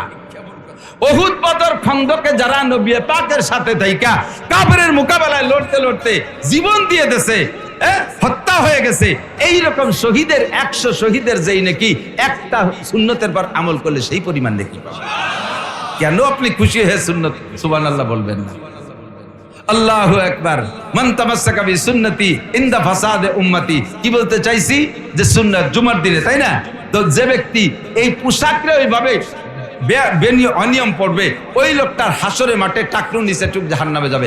কাজেই আমি পোশাক পরব টাকনুর উপরে। আসেন আমার সাথে চলেন, কালকেই চলেন, যদি সম্ভব হয় দেখাই নিয়ে আসবো ইনশাআল্লাহ। আমার গোপালগঞ্জের ডিসি সাহেব তো একেবারে একজন মূর্খ মানুষ, ঠিক না? বাংলাদেশের যেই ক্লাসটা পড়লে সরকার উপযুক্ত চাকরি দিতে বাধ্য, তার নাম হলো বিসিএস। বিসিএস ছাড়া তো ডিসি হতে পারে না। এবং বাংলাদেশের 64টা ডিসির ভিতরে আমার আরগুলো সব ডিসিকে তো চিনি না, যতগুলো ডিসি আমি দেখছি, কমপক্ষে গোপালগঞ্জ যাদের দেখছি আমার হিনে হায়াতে, এরকম ডিসি আমরা গোপালগঞ্জের জীবনে পাইনি। আপনাদের যশোরের সন্তান আমার ডিসি সাহেবের একটা প্যান্টও টাকনু ছোঁয়া নাই, টাকনুর থেকে 4 আঙ্গুল উপরে। এত বড় একজন ডিস্ট্রিক্ট ইনচার্জ বর্তমানে গোপালগঞ্জে ছিল। এমপি সিট 3টা, 3জন এমপি তো গায়েব হয়ে গেছে। 3 এমপি ডিউটি পালন করতেছে, তাহলে 3 এমপি সমপরিমাণ ক্ষমতার অধিকারী ডিসি সাহেব, ডিস্ট্রিক্ট ইনচার্জ ডিসি সাহেব, ডিস্ট্রিক্ট কমিশনার ডিসি সাহেব, 5 জন উপজেলা চেয়ারম্যানের পরিবর্তে কাজ করতেছে ডিসি সাহেব। এত বড় ক্ষমতাধর, এত বড় শিক্ষিত মানুষ, সে যদি টাকনুর উপরে প্যান্ট পরতে পারে, তুমি কয়লাই লেখাপড়া জানো যে তোমার টাকনুর নিচে যাইয়া সে প্যান্ট স্যান্ডেলে না হেদার দিয়ে বাড়ি চলে গেছে। ইউনিফর্ম কমপ্লিট করেন, সুন্নত আইসে গেছে যেহেতু কয়ে যাই। আমার আসলে কি বলবো, খুতবা পড়ি একটা ওয়াজ হয়ে যায়, আর একটা শেষে একদল কয় যে কওমি মাদ্রাসার হুজুরকে স্বভাবই হই, যা পড়ে ওটা সৌজন্যমূলক পড়ে আর ওয়াজ করে এদিক সেদিক দিয়ে। মূলত বিষয় হলো ওয়াজ আমার ইচ্ছে মতো সাজাই গুছাই আসি না, ল্যাপটপ দিয়ে খাতা ধরে করি না। এখানে বসার পরে আল্লাহ আমারে আপনাদের প্রয়োজনে যা শিখাই দেয় তাই আমি বলি, তাতে যেদিক যায় যাইব। শেষমেশ আয়াত যা পড়ছি তার তর্জমা একটু করে দিয়ে যাবে, নাহলে ওই বদনামের থেকে তো এড়াই থাকতে হবে। এদিক খেয়াল করেন। তো জুমার দিনের সুন্নাত, আগামীকাল 1 বস্তা নেকি নিয়ে শুক্রবারে জুমার দিন মসজিদের থেকে বাড়ি যাবেন। রাজি আছেন তো ইনশাআল্লাহ? রাজি আছেন তো ইনশাআল্লাহ? আল্লাহ তাআলা সবাইকে তৌফিক দান করে বলেন আমিন। কোথা থেকে আসছি সে জায়গায় চলে যেতে হবে ইনশাআল্লাহ আলোচনা করতে করতে। তাহলে 2 নম্বর সুন্নত হলো মুসলিম ইউনিফর্ম, ঠিক আছে তো? পোশাকটা সুন্নতি পরবেন। টুপি কেন পরবেন না? কেন পরবেন না? টুপিটা অবশ্যই পরবেন। মুরব্বী লম্বা প্যান্টটা বানাইছে টাকনুর নিচে 1 বিঘেত, মনে আছে না? মুরব্বীর কথা কতি চাইছে, সর্বনার পিসা বুঝির হাওলা হুজুর বলেন। তারপরে এই মুরব্বী বুড়োকালে অত বড় প্যান্ট পরে, এই দেখে একজন আলেম ইমাম সাহেব বলছে, কাকা একটু বড় প্যান্ট পরতে হয় না, প্যান্ট আপনার প্যান্ট এদিকে সেদিকে মাপিয়ে দিয়ে কটুক বড় হয়েছে। হুজুর এই বাদ্যে মাপিয়ে দেওয়া যে 1 বিঘেত কাটলি হয়। তো চাচা এবার বাড়ি যাইয়া বউরে কইছে, এই প্যান্ট এটা বড় হয়ে গেছে, এবারে নামা যায় না। হুজুর কইছে 1 বিঘেত কাটতে, তুমি একটু কাটিয়ে দিও। তো বুড়ো মানুষ, উনি কি দিয়ে কাটবে? তা কাটতে আর সুযোগ পাই নেই বা মনেও নেই। ফিরে দিন ভরিয়ে দেয় যে সেই ব্যাংক সেইটু, রাগের জ্বালায় ফটফট করে খুলে এবার বেটার বউরে কইছে, এমন তুই একটু কাটিয়ে দিস দিয়ে 1 বিঘেত। বেটার বউরে 100টা বাচ্চা হয়েছে, 2 দিয়ে তাই নিয়ে নাড়াচাড়া তুই শ্বশুরি প্যান্ট কাটতে সময় পাইনি। ফিরে ভরিয়ে দেয় যে তাও ওইরকম লম্বা। এরপরে মাইরে কইছে, আমা তুই একটু কেটে দিস দিয়ে 1 বিঘেত। মাইও কলেজের লেখাপড়ার ব্যস্ততা ঠেলাইছে, বাপের প্যান্ট কাটতে মনে নাই। পরের দিন ভরিয়ে দেয় যে আবার লম্বা। এইবার আগুন হয়ে গেছে, সবগুলো বাড়িতে বেরোবি, একটা প্যান্ট কাটতে এত ভয় লাগে। 3 জন মানুষকে বলেন প্যান্ট কাটলি না, একটা আমি বাড়ি রাখবো না। যখন জারি মারছে বয়তে বুড়ি যাইয়ে জুত করে নিয়ে প্যান্টে বঠি দিয়ে 1 বিঘেত কাটিয়ে সেই জায়গা ঝুলেছে। বিটার বউ কয় যে আব্বা যদি আজ দেয় যে প্যান্ট কাটি নেই, তালি আর আমার এ বাড়ি থাকতে দেবে। সে নিয়ে আর 1 বিঘেত মেপিয়ে কাটছে। কাটার পরে মাইয়ে কয় যে আব্বা আমারে কলেজে পড়াই ছাড়ি দিবে যে প্যান্ট না কাটি। ও যে আর 1 বিঘেত কাটছে, প্রত্যেকে 1 বিঘেত করে কাটছে। এবার প্যান্ট বাপে পরের দিন এসে সেই যাচ্ছে প্যান্ট পরিয়ে দেয়, তা জাঙ্গিয়ে গেছে।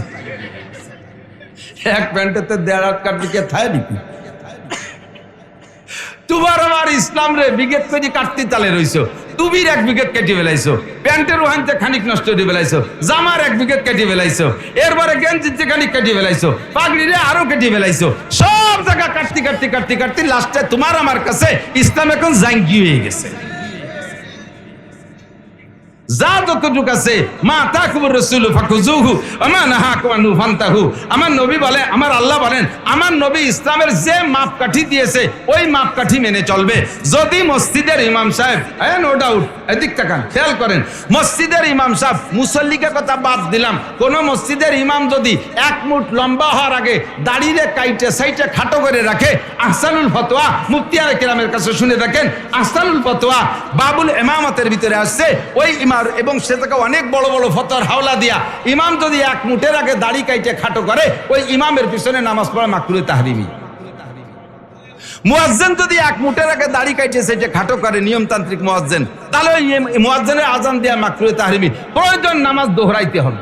ইমাম সাহেব যদি দাড়িতে কালো খেজাব লাগায়, আহসানুল ফতোয়ার ভিতরে লেখছে যেটা, আমি সেইটা ফতোয়া শুনেছি, ইমাম যদি দাড়িতে কালো কলব লাগায়, চুল দাড়িতে কালো কলব লাগায়, তার পিছনে নামাজ পড়া মাকরুহে তাহরিমি। এত কড়া ফতোয়া, অথচ দাড়ি কাটিয়ে খাইজনে মাঝে মাঝে কোন কোন ইমামের পিছনে নামাজ পড়া লাগে।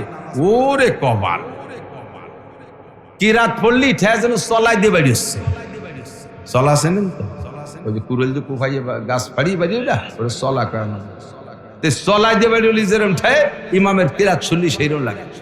রাজবাড়ির থেকে ঢুকছি জুমার দিন, নাম বলবো না, এদিক তাকান, ইমাম সাহেবদের একটা কথা বলবো বিদায় এখানে চলে এসেছে, আমার দিক খেয়াল করেন। রাজবাড়ির থেকে কুষ্টিয়া যাব, যাওয়ার পথে যে কটা শুক্রবারে মসজিদে ঢুকছি, ইমাম সাহেব কি ভাব, আরে বাবা হাবা গায়, আর সে সেমনিকের মতো বিভিন্ন কালার পাঞ্জামি গায়ে দিয়া, তার উপরে আবার সৌদি শায়েকদের মতো হাবার টাকায় সোনালি ফ্রেম বাঁধানো, উপরে রুমাল দিয়া, দেড়ার টুপির উপরে রুমাল, তার উপরে টায়ার একখান পেঁচানো, সোনালি ফ্রেমের চশমা, কি আজীব কারবার। ইংরেজি বলতেছে কেমন যেন ইংল্যান্ডাররা ফেল, বাংলা যা বলতেছে টাইট টাইট করে, রবি ঠাকুর নজরুল সব ফেল। যখনই কোরআন শরীফের আয়াত আর হাদিসের টুকরা ইবারত পড়ে, তখন ইমাম আমি আমার ড্রাইভারে তাড়াতাড়ি বের হয়ে নামাজ হবে না। 4 মসজিদ পাল্টাতে যাইয়ে শেষ করে দেখলাম যে আর সামনে আর যুব পাবো না, ঢুকে নামাজ পড়লাম। নামাজ পড়ার নামাজের কিরাত শুরু করার সাথে সাথে আমি নামাজের নিয়ে ছেড়ে দিছি। হেদায়ের ভিতরে লাগছে নামাজ ভাঙ্গার যে সব কারণ, তার ভিতরে একটা ইক্তেদাউল আলেম খলবাল জাহেল, ইক্তেদাউল আলেম খলবাল জাহেল।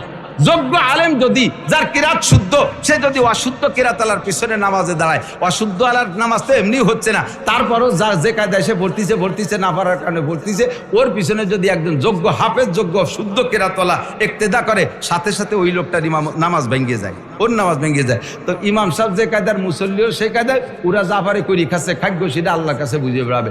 আমি ইক্তেদা করার সাথে সাথে ইমামের নামাজ বাতিল, পুরো মসজিদের বাতিল হয়ে যাবে।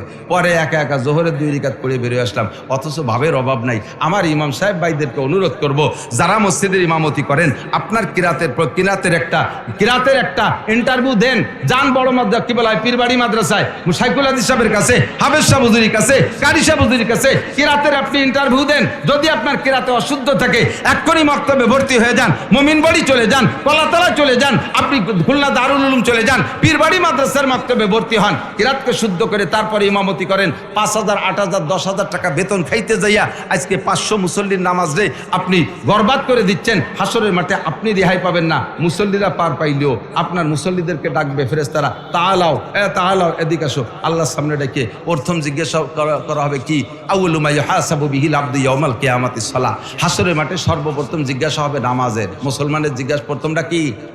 জোর হলো না? প্রথম প্রশ্ন কি হবে বলছেন? সবাই বলছেন? বাদ আছে নাকি কেউ বলতি? সবাই রেতে বলাইছি, আমি মামলাতে পাইছি গেছি, কিয়ামতে আমার নামে মামলা দেবেন, হুজুর আগর বাগর দুনিয়া রস করে গেছে, নামাজের কথাটা একটু বলো না। আল্লাহ তুমি আমাকে চেনো না, আমরা কেমন মানুষ। যদি হুজুর নামাজের কথা বলতো তাহলে কি আমরা নামাজ ছাড়তাম? এই হুজুর নামাজের কথা কইনি, এ বলে আমার নামে মামলা দেবেন। এই জন্যই সবাই মুখ দিয়ে বলাইছি। আর মুখ দিয়ে বলানোর সাথে সাথে আমার একটা কাজ হয়ে গেছে, কোরআনে আসছে মা ইয়ালফিজু মিন কাউলিন ইল্লা লাদাইহি রাকিবুন আতীদ। যে কথা মুখ দিয়ে বলবেন আপনার আমল নামে ওটা লেখা হয়ে গেছে। এই জন্যই মস্ক করাইলাম, হাসরের মাঠে সর্বপ্রথম জিজ্ঞাসা হবে কি? ফামান সালুহাত সালুহা সাইর আমালিহি। যে ব্যক্তি নামাজের প্রশ্ন পাশ করে যাবে, কোনো ঘাটিতে সে আটকা খাবে না, সব জায়গায় সে পার হয়ে চলে যাবে। দোস্ত, এবার আপনাকে ধরা হবে। এই খালেক মোল্লা, মালেক মোল্লা, জামাল কামাল, লালটু বল্টু, জুয়েল টুয়েল, টুলু লুলু, ডলি পলি, জরিনে সকিনা, তোরা আসো নামাজের হিসাব দিয়ে যাও। যার যার নামাজ তার হিসাব। আপনার এটাইকে যখন জিজ্ঞেস করবে তখন আপনি একটা খাতা মিলেবে, ইকরা কিতাবাকা, খাতা পড়িয়ে দাও।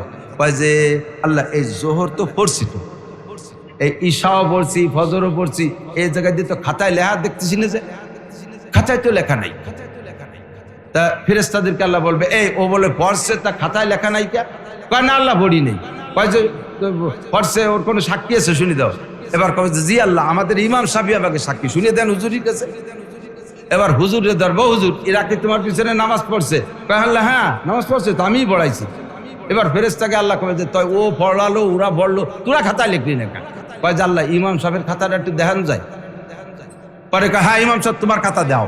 ইমাম সাহেবের খাতা দেওয়া যাচ্ছে, তারই নামাজ লেখা নাই। এখন ফেরেশতারা কয়, আল্লাহ কয় যে তো ওরা পড়লো, একে অপরের সাক্ষী দেয়, তোমরা লেখো নাই কেন?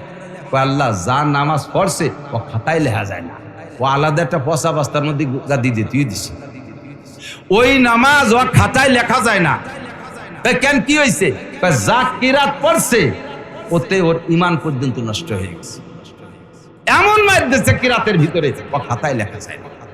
এখন মুসল্লিরা আন্দোলন শুরু করে দেবে, মানি না, মানবো না, ওই হুজুরির কাছে টাকা ফেরত দিতে চাই, ওই এতদিন বেতন খাইছে, আমাকে বাড়ি জন্মের খাওয়া খাইছে, এত বড় বড় ডিম সংগ্রহ করে খাইছি, একটা ডিম পারতে 2 মুরগি লাগছে, এত বড় বড় ডিম, এরপরে আস্ত কই মাছ, বড় বড় শৈল মাছ খাইছি, আর টাকা দিছি, বাগুন বেচে টাকা দিছি, সিম বেচে টাকা দিছি, এই হুজুরের নামাজে মার দিয়েছে, ওই হুজুরির কাছে নামাজ চাই। পাবলিক মিছিল শুরু করে দেবে। আল্লাহ পাক বলবে পাবলিক ঠেকাও, পাবলিক ঠেকাও। কি দিয়ে ঠেকাবো? ওই যে ইমাম সাহেবের কোনো ভালো নামাজ আছে নাকি, তাই থাকলি ওই মুসল্লিকে ভাগ করে দাও, পরে ধরো ইমামরে ধরো।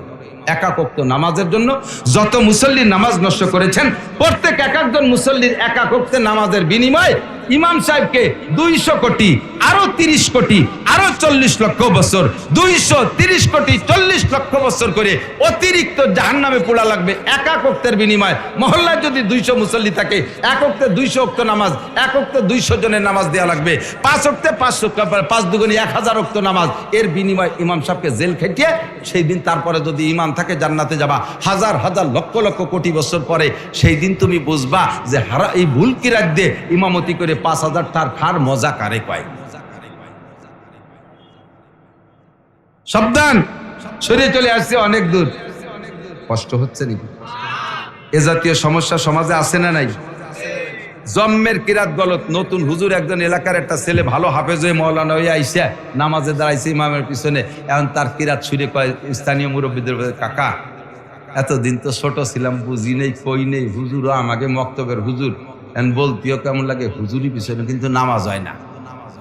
এখন এই হুজুরি পিছনে নামাজ হয় না বিদায় হুজুরে পাল্টাতে এই কথাটা হুজুরে কে কবে, বাবা তোকে হয় না, তোরা আর এক জায়গা পড়িয়ে বেড়া গিয়া এত দিন ধরে রয়েছে, আমাকে মুরব্বী ও আমরা ফেদাতে পারবো না, উনি মরা পর্যন্ত আমাকে এই আকাম করতেই থাও, উনার মরা পর্যন্ত এই আকাম আমাকে নিয়ে করতে থাও, তোর ভালো না লাগে তুই ওই যা পীর বাড়ি মাথা সাজে পড়িয়ে। এই লজ্জার কোনো দরকার নাই। এই কি বলা হয়, এই জাতীয় সম্মান প্রদর্শনের কোনো দরকার নাই। কিয়ামতের ময়দানে আপনাকে জবাবদেহি করতে হবে নামাজের। আপনি এ জায়গায় স্বজন প্রীতি করে তার সাথে প্রীতি দেখাইয়া এই গলত ইমামকে আপনি স্থায়ী করে রেখেছেন, সে আমাদের লোক, সে আমাদের আপন, সে আমাদের এত কিছু করে রাখছে, এই সে বলার দিন নাই। আপনি এখনই ইমাম চেঞ্জ করেন, আর ইমাম সাহেব যে তাড়াতাড়ি নিজে চেঞ্জ হওয়ার চেষ্টা করেন। আপনি ওখানে জোর করে থাকার ইচ্ছা করেন না। যা বলতে চাইছি 2 নম্বর হলো কি, ইউনিফর্ম, মুসলিম ইউনিফর্ম, ঠিক আছে তো? জুমার দিনের 2 নম্বর সুন্নাত। 1 নম্বরটা কি, গোসল।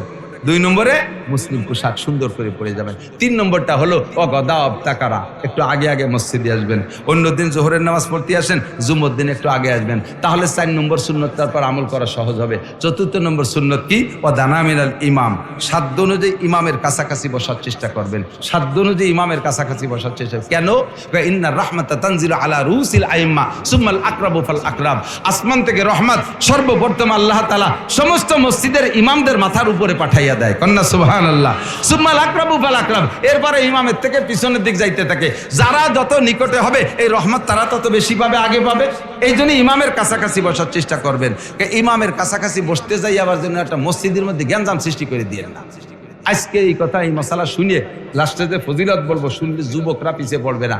আগামীকাল যুবকরা 11টার দিক যাইয়ে সামনের কাতারে বসে রয়েছে। এতদিন যারা 6 নম্বর কাতারে থাকে, আজকে শুক্রবারে যে সেই যুবকরা সব সামনের কাতারে। এখন এতদিন যে মুরব্বীরা সামনে বসতো তারা পিছিয়ে পড়ে গেছে। মসজিদের সভাপতি, মুতাওয়াল্লি, টাইলস দেশে উনি, ছাদের টাকা উনি দেশে, ইমামের বেতন দেয়, খাতি দেয়, পয়সা বেশি দেয়, তাকে একটা বেটু ভাওয়ার আছে না? এই বেটু ভাওয়ারালারা ইমামের পিছনে দাঁড়ায়। বেটু ভাওয়ারালারা শুনে রেখে খেয়াল করেন, উচিত কথা কবরে মাসি তাই আর একবার এলাকায় আসি আর না আসি কয়ে দিয়ে খেয়াল করেন। ইমামের পিছনে বেটু ভাওয়ারালা সপ্তাহে একদিনও তিও নামাজ পড়তে আসে না, শুক্রবারে মুসল্লি আছে, ওনার নাম হলো শুকুর আলী মুসল্লি।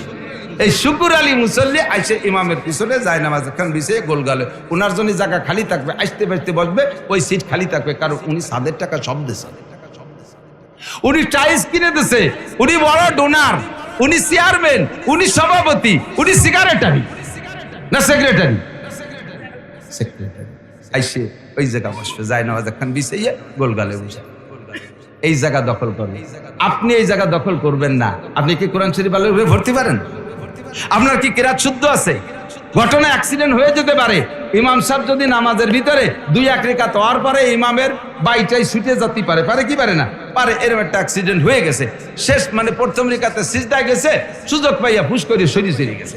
এখন তো ইমামের ওযু নাই, ইমামের ওযু না থাকলে কি মুসল্লিকে আর নামাজ পড়াতে পারবে না? পারবে না। ইমাম ওযু না সরছে তো খালি ইমামের ওযু, মুসল্লিকে তো ওযু ছোটে নাই। ইমামের ওযু না থাকলে তো মুসল্লিকে হবে না। আল্লাহ কয় মুসল্লি তোমাকে নামাজের কোনো সমস্যা নাই, যার যার জায়গায় দাঁড়া থাকো, আমি ইমামের ব্যবস্থা করতেছি। মশলা দিয়ে দিয়েছে, ইমাম সাহেব না আসে পিছনতে সরিয়ে চলে যাবেন, সামনেতে সরিয়ে চলে যাবেন, বরাবর পিছনে যে আছে তারে আপনার জায়গায় অ্যাসিস্ট্যান্ট ইমাম বানাই দিয়ে যাবেন।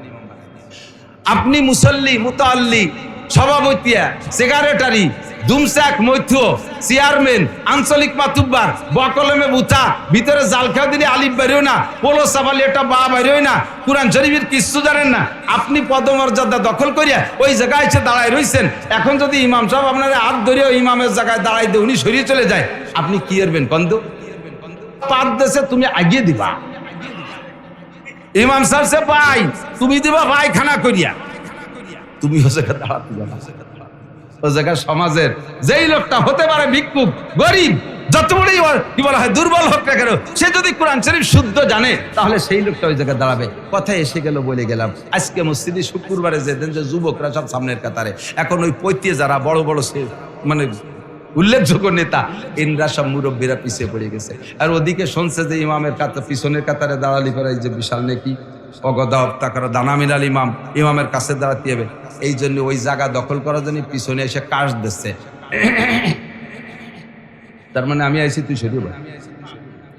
এই সংকেত দিয়ে মুসল্লি সরাইয়া ওই জায়গা দখল করলে ওই ফজিলত পাবা না। কাশাকাশি নাই, সংকেত দিয়া নাই, যাই এই ছেলে ওঠো, তুমি অন্ত উঠে আসো, আমি ওখানে বসি, একটু ফজিলত নিতে যাও, তাহলে পাবেন না। আপনি এই টাইমে যাবেন যাতে ওই আগের জায়গাটা পান।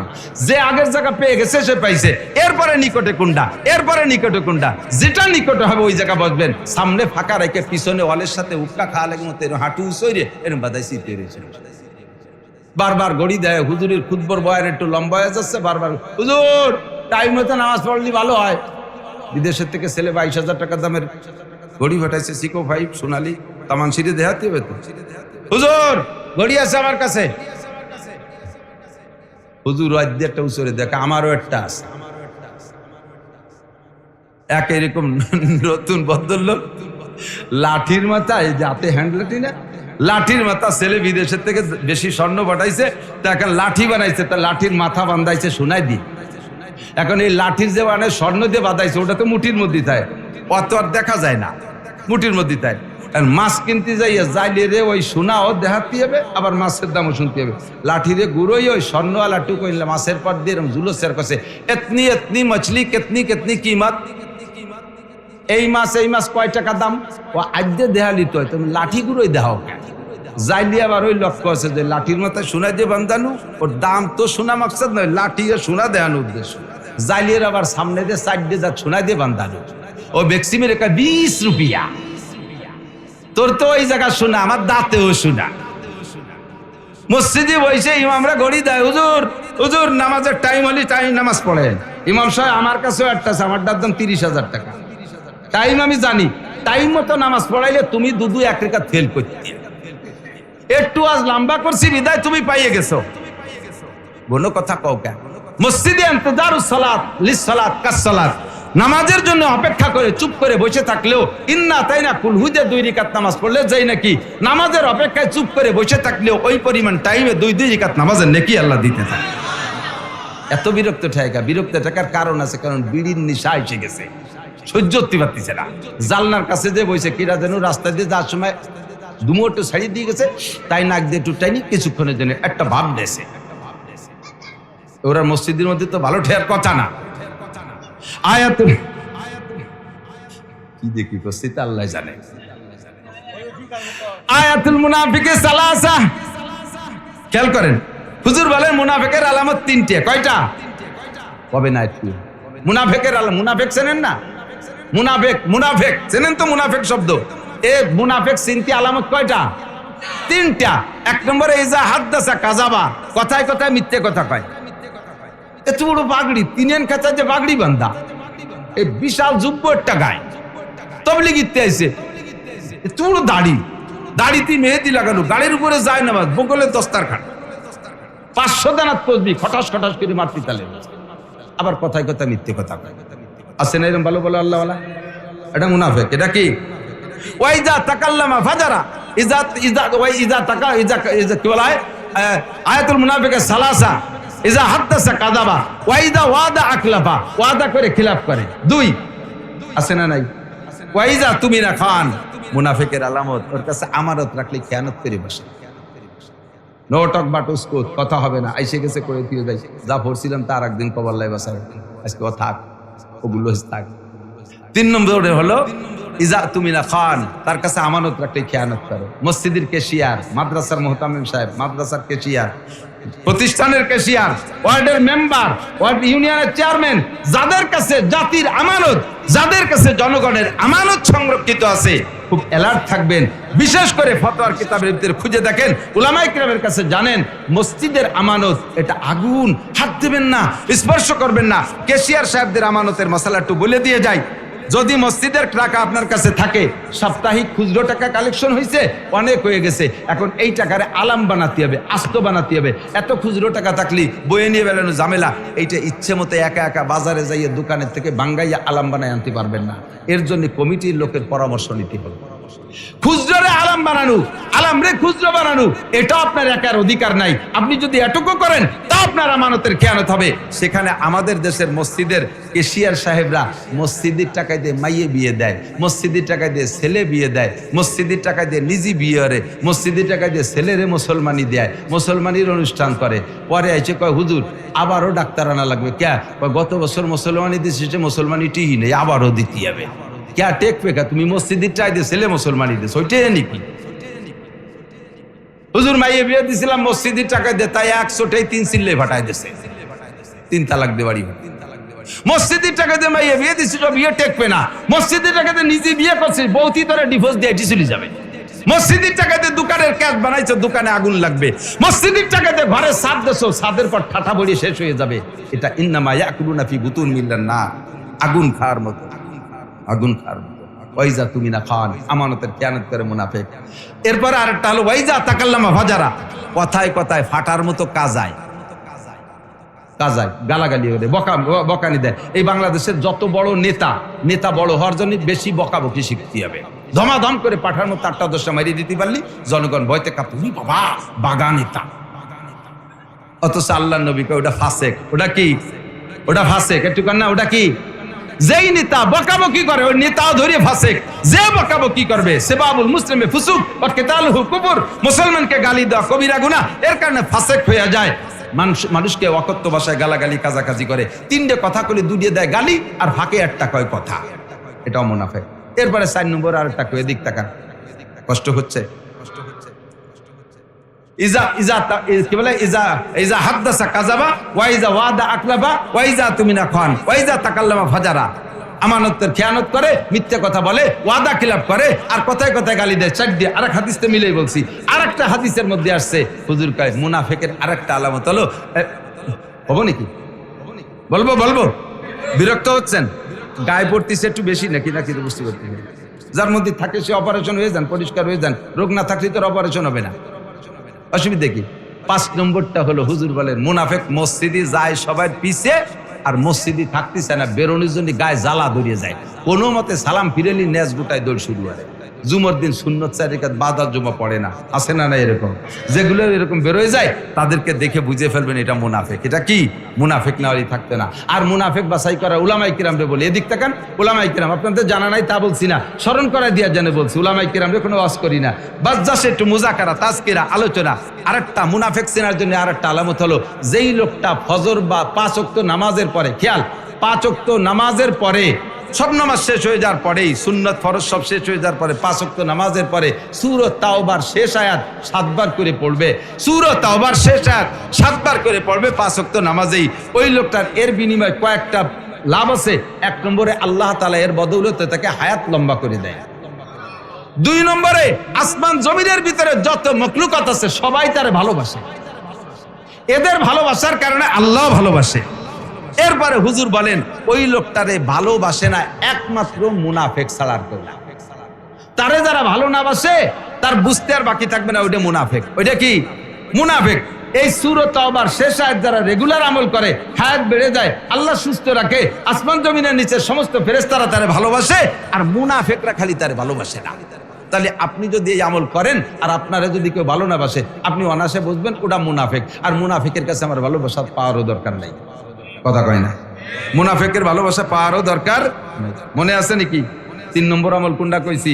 গদা অবতাকারা, কাছে কাছে এসে বসবেন, কাছে কাছে এসে বসবেন। এবার যুবকরা শুনে নাও, ছোটরা শুনে নাও, তোমরা কালকে যাই আগ কাতারে বসে এই ফজিলতটা নিয়ে নেছো।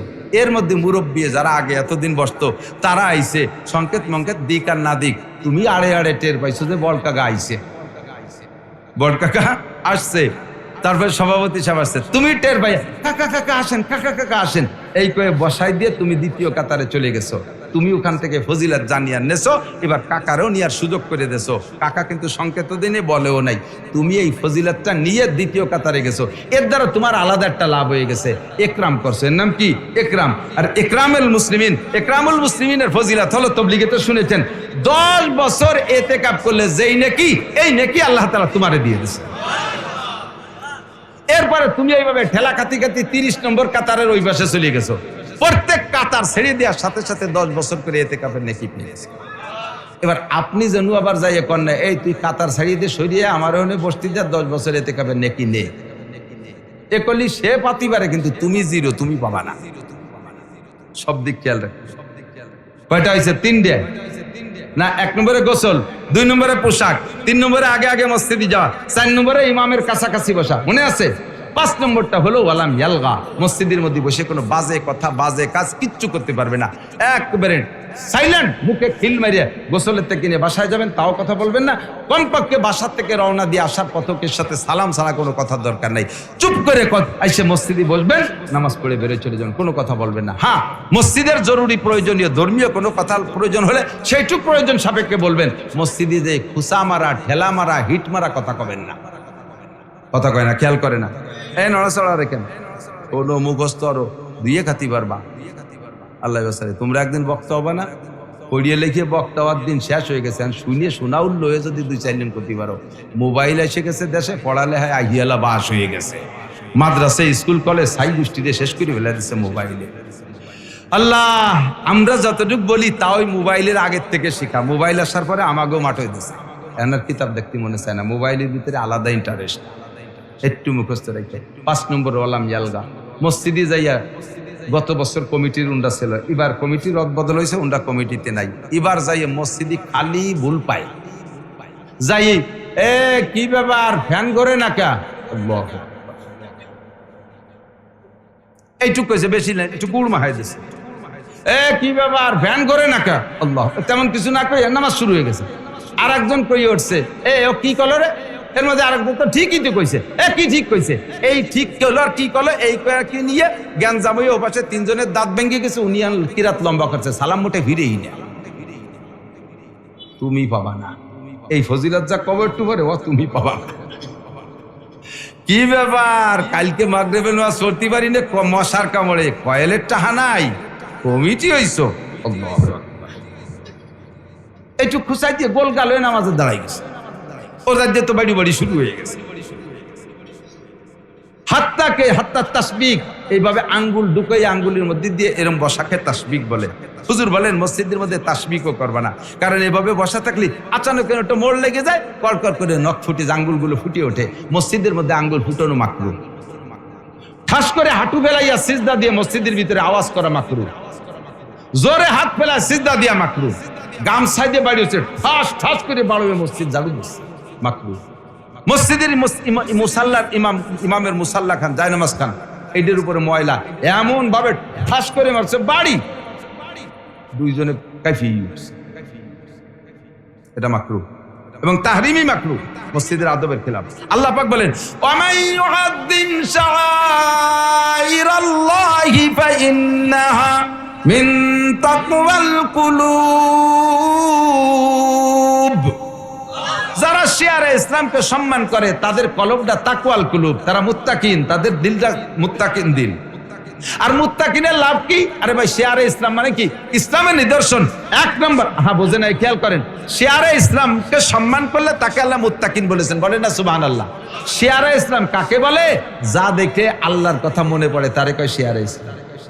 একটা সিনেমা হল দেখলে আল্লাহর কথা মনে পড়ে, এলি কথা কয় না রে, খেয়াল শুনতেছেন না? না ছেড়ে দেবো। সিনেমা হল দেখলে আল্লাহর কথা মনে পড়ে। কলেজ দেখলে তো অবশ্যই নবীর কথা মনে পড়ে, ঠিক না? মসজিদ দেখলে কার কথা মনে পড়ে? মাদ্রাসা দেখলে কার কথা মনে পড়ে? টুপি দেখলে নবীর কথা মনে পড়ে, কোরআন শরীফ দেখলে আল্লাহর কথা মনে পড়ে, হাদিস দেখলে নবীর কথা মনে পড়ে। একে বলা হয় শিয়ারে ইসলাম। যা দেখলে ইসলামের কথা মনে পড়ে তাকে বলা হয় শিয়ারে ইসলাম। এক নম্বরে মসজিদ। মসজিদ দেখলে বোঝা যায় এই এলাকায় মুসলমান আছে, মন্দির দেখলে বোঝা যায় এই এলাকায় হিন্দু আছে, ঠিক কি না? হুজুর আল্লাহ পাক বলেন যে শিয়ারে ইসলাম মসজিদকে সম্মান করে সে একটা মুত্তাকিন। আর মুত্তাকিনদের লাভ কি? ইন্নালিল মুত্তাকিনা ইনদা রাব্বিহিম জান্নাতুন নাঈম। মুত্তাকিনদের অনেক পুরস্কার আছে, তার ভিতরে এক নম্বর হলো মুত্তাকিনদের জন্য জান্নাতুন নাঈম, অসংখ্য নিয়ামত ওয়ালা জান্নাত রয়েছে, কোন সুবহানাল্লাহ। তাহলে এই পাঁচটা সুন্নাত মনে আছে তো? পাঁচটা। কয়টা?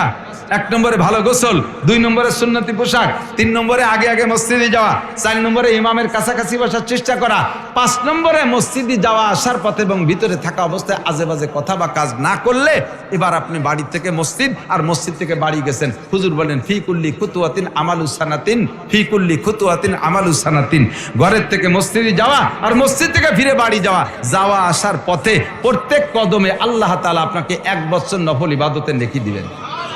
সাহাবায়ে কেরাম বললেন মিনাইয়া আমালিন ইয়া রাসূলুল্লাহ, হুজুর 1 বছর নফল কোন ইবাদত? হুজুর বলেন সিয়ামুহা ওয়া কিয়ামুহা, রাওয়াহুন নাসাই, নাসাই শরীফের হাদিস। হুজুর বলেন 1 বছর নফল নামাজ ও 1 বছর নফল রোজার নেকি দেওয়া হবে। কাজেই বলতে চাইছি সেই কথাটা যত জায়গা বলা হয়েছে যে নফল ইবাদতের নেকি দেওয়া হবে। এই নফল ইবাদত কি নফল ইবাদত? সিয়ামুহা ওয়া কিয়ামুহা, লাগাতার নফল নামাজ আর নফল রোজা। একটা মাসালা শুনলে শিখলে আল মাজলিসু ফিকহিন খায়রুম মিন ইবাদাতি 60 সানা। হুজুর বলেছেন আমি এখান থেকে চলে গেছিলাম বহু দূরে, ঘুরে ফিরে ফিরে জায়গায় আইছি।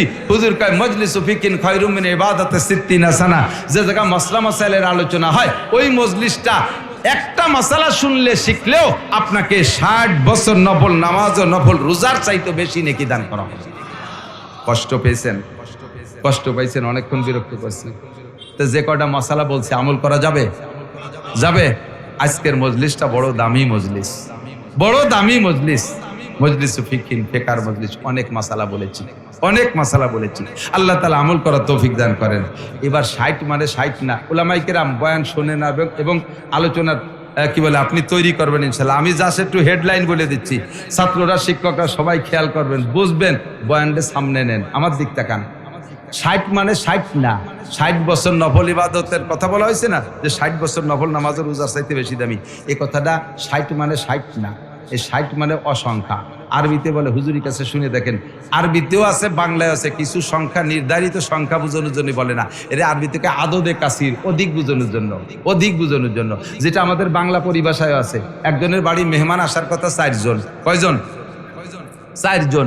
মেহমান আইছে 10 জন। আমাদের ওদিক যেভাবে কয় আমি তাই কইতেছি। মেহমান আসার কথা 4 জন, আসছে 10 জন, 6 জন বেশি আইছে। ফাঁকে আর একটা মশালা কয়ে যে জায়গা খেয়াল করেন, যদি কোনো জায়গা আপনাদের নির্ধারিত সংখ্যা দাওয়াত হয়, ওই সংখ্যার উপর দিয়ে আপনি কেদারি দেখাইয়া একজন মানুষকে বেশি নিতে পারবেন না। আর সেই জায়গা পিরিত দেখাইয়া সে জায়গা পিরিত দেখাইয়া যদি দুই একজন এমনি ঢুকে পড়ে, তাদের সম্পর্কে নবী পাক কি বলেন? মান দাখালা আলা তাআমিন বিগাইরি দাওয়াতিন দাখালা সারিকান ওয়া খারাজা মুগীরান। যদি কোনো ব্যক্তি কোনো বাড়ি বিনা দাওয়াতে ঢুকলো, কোনো বাড়ি কোনো ব্যক্তি বিনা দাওয়াতে খাইতে গেল, দাখালা সারিকান খারাজা মুগীরান, ও ঢুকলো চোর হইয়া, বের হলো ডাকাতি করে। ও চোরও ডাকাত, ও চোরও। আমাদের গোপালগঞ্জ একটু কালেকশন, মহিলাকে বাজার লাগবে, মহিলাকে নিয়ে আর একদিন বসে একবার সব দিন করে দিয়ে গেলে শেষে ফিরিয়ে দিন কি রেকভারি, এরপরে হবে মহিলাকে বসেন। এইটুক কয়ে নেই, এখান থেকেই আসতেছে। তোমরা অজিতটা ধারা আছে, দই না ফানায় কি বান্দরে টান দিলি দুধ বেরিয়ে নি, ফানাইয়ে ফুলইয়ে তারপরে টান দিলি দুধ বেরিয়ে। যাই এই হুজুর মহিলাকে একটু পান, মহিলাকে কি কব? মহিলারা নামাজ পড়বেন, রোজা রাখবেন, হজ করবেন, জাকাত দেবেন, পর্দা করবেন, স্বামীর হক আদায় করবেন, এই গেল আর কি, এসে বেশি আর কি। হস্ত লাগবে বিটাকে সব, এরা থাকে বাইরে। মহিলাকে 5টা বাজ যান, আপনাকে ছুটি বাড়ি চলে যান, বিটারা বাইরে আগে ও তার লাইন কেটে যায়। কি কইতে চাইছি? এই তো দেখছেন কি বলতে চাইছি মনে নাই? কোন জায়গাতে শেষ হয়েছে? মেহমান 4 জন। আমাকে ওই গোপালগঞ্জের দিক প্রথা আছে, বরযাত্রী 50 জন দাওয়াত দিলি 75 জন কোন যায়। আপনাকে দিক তো 85 যায়, হ্যাঁ 100। যেই 50 জনের কন্টাক্ট হলো, তার উপরে যে কয়জন গেছেন, সে কয়জন গেছেন কে? সে কয়জন গেছেন? আপনাকে দাওয়াত দিয়েছে, দাওয়াত তো 50। যেই 50 জনের কন্টাক্ট হয়েছে আলোচনা সাপেক্ষে, ওর উপরে একজনও যদি যায়, সেই লোকটাকে নবী বলছেন তুই চোর, তুই ডাকাই, ঢুকছিস চোর হইয়া। কারণ চোরে তোর কেউ দাওয়াত দেয় না, তোরও দাওয়াত দেয়নি, চোরেরও দাওয়াত দেয়, চোরের কেউ দাওয়াত দেয়নি। একবারই চোরেরটা রাত্রি ধরা পড়লি ধুমসা পিটাইছে, পিটাই ওরে তবা ওরাইছে। আর চুরির বিপদ না, চুরি করবো তো না করবেন, করলেও আপনাকে বাড়ি আসবো না। এরপরে 1 সপ্তাহ পরে ওই শয়তান আবার ওই বাড়ি চুরির দিকে ঢুকছে, আবারও ধরা পড়ে গেছে। এবার আগের বার যা টুক মারছে, এবার তার বেশি মারবে না। এবার তুই সেদিন তবা হয়ে গেলি, আর কলি যে আর কোনোদিন আসবো না। আবার আসলি কি লজ্জা নাই? কয় যে আমি তো তবা ছিলাম ঘরের যে সত্যি আসবো না, কিন্তু যার সময় দেই আপনাকে দরজায় লেখা আবার আসবেন। অনেকের গেটে লেখা আছে না আবার আসবেন। আমি এবার আইছিল দাওয়াতে, তা আবার আসবেন কি? চোররে দাওয়াত দিচ্ছেন কি? চোররে কেউ দাওয়াত দেয় না। ওই লোকটা যেগুলো বিনা দাওয়াতে ঢুকছে ওগুলো সারেক চোর, আর এই বিনি দাওয়াতে যেগুলো যায় ওগুলো কিন্তু খায় বেশি। আঁশের মতো গোস্ত চাবায় না, খালি দই দিয়ে শামুকার মতো গিরিয়ে ফেলায় দেয়। 3-3.5 কেজি মেরি দিচ্ছে। হুজুর কয় তুই চোর আর তুই ডাকাই। এই জন্যে দাওয়াতের বাইরে কোনো অতিরিক্ত লোক নেই। দাওয়াত দেশে আপনারে, আপনি সাথে জামাল কামাল লালটু বল্টু টুয়েল নাতি ভুতা যাক দূরে নিয়ে গেছে, দাও মাথায় ফেরত দিয়ে দাও। এই করে বড় ধরনের খানা সব বাদ হয়ে গেছে।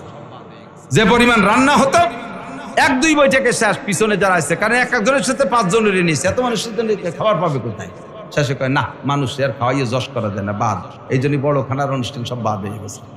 তো 4 জনের দাওয়াত দেশে গেছেন 10 জন, মেহমান আইছে 10 জন, কাছারিতি বসাই দিয়েছেন মানে ডাইনিং টেবিলে বা দস্তারখানে। আর বউ করছে তাড়াতাড়ি নাও, মেহমানকে খাবার দাও, আমার পরে মহিলা গেছে, তাকে খাওয়াইতে হবে। এই বলে বারবার বউ পেরে। আর উনি কাছে আপনি যান আর ঘরে যান আর কাছারিতে যান, ঘরে যান আর কাছারিতে প্লেট নেন। কি হয়েছে, তুমি কি নেও না?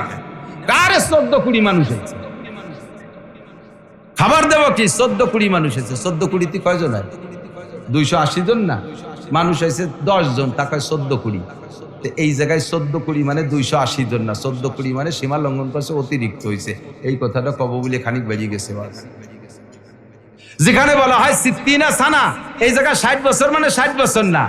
যেখানে বলা হয় আলফু লাইলা খায়রুম মিন আলফি লাইলা, কি বলে আলফি সানা, 1000 মাস, এ জায়গায় 1000 মাস মানে 1000 মাস না, হাজার মাস ইবাদতের চাইতে বেশি নেকি আল্লাহ তাআলা দান করেন। আল্লাহ হুজুর আলাইহিস সালাতু ওয়াস সালাম, আল্লাহ পাক রব্বুল আলামিন জিজ্ঞেস করে কুল হাল ইয়াস্তাবিল্লাযিনা ইয়ালামুনা ওয়াল্লাযিনা লা ইয়ালামুন। আমার ভাতিজা হযরত মাওলানা জাকির হোসেন সাহেব আপনাদের দেশে থাইকা বুড়ো হয়ে যাচ্ছে, আইসে সেই ছোটবেলায় পড়ছো নোয়াপড়ার এই দিক দিয়ে। এখন আমরা গ্রামের মানুষ জানি না যে জাকির কি আমাকে ছেলে না নোয়াপড়া লাগে ছেলে। এই জায়গায় প্রতিষ্ঠিত, জায়গাটাকে বাড়ি টাড়ি করে ফেলাইছে।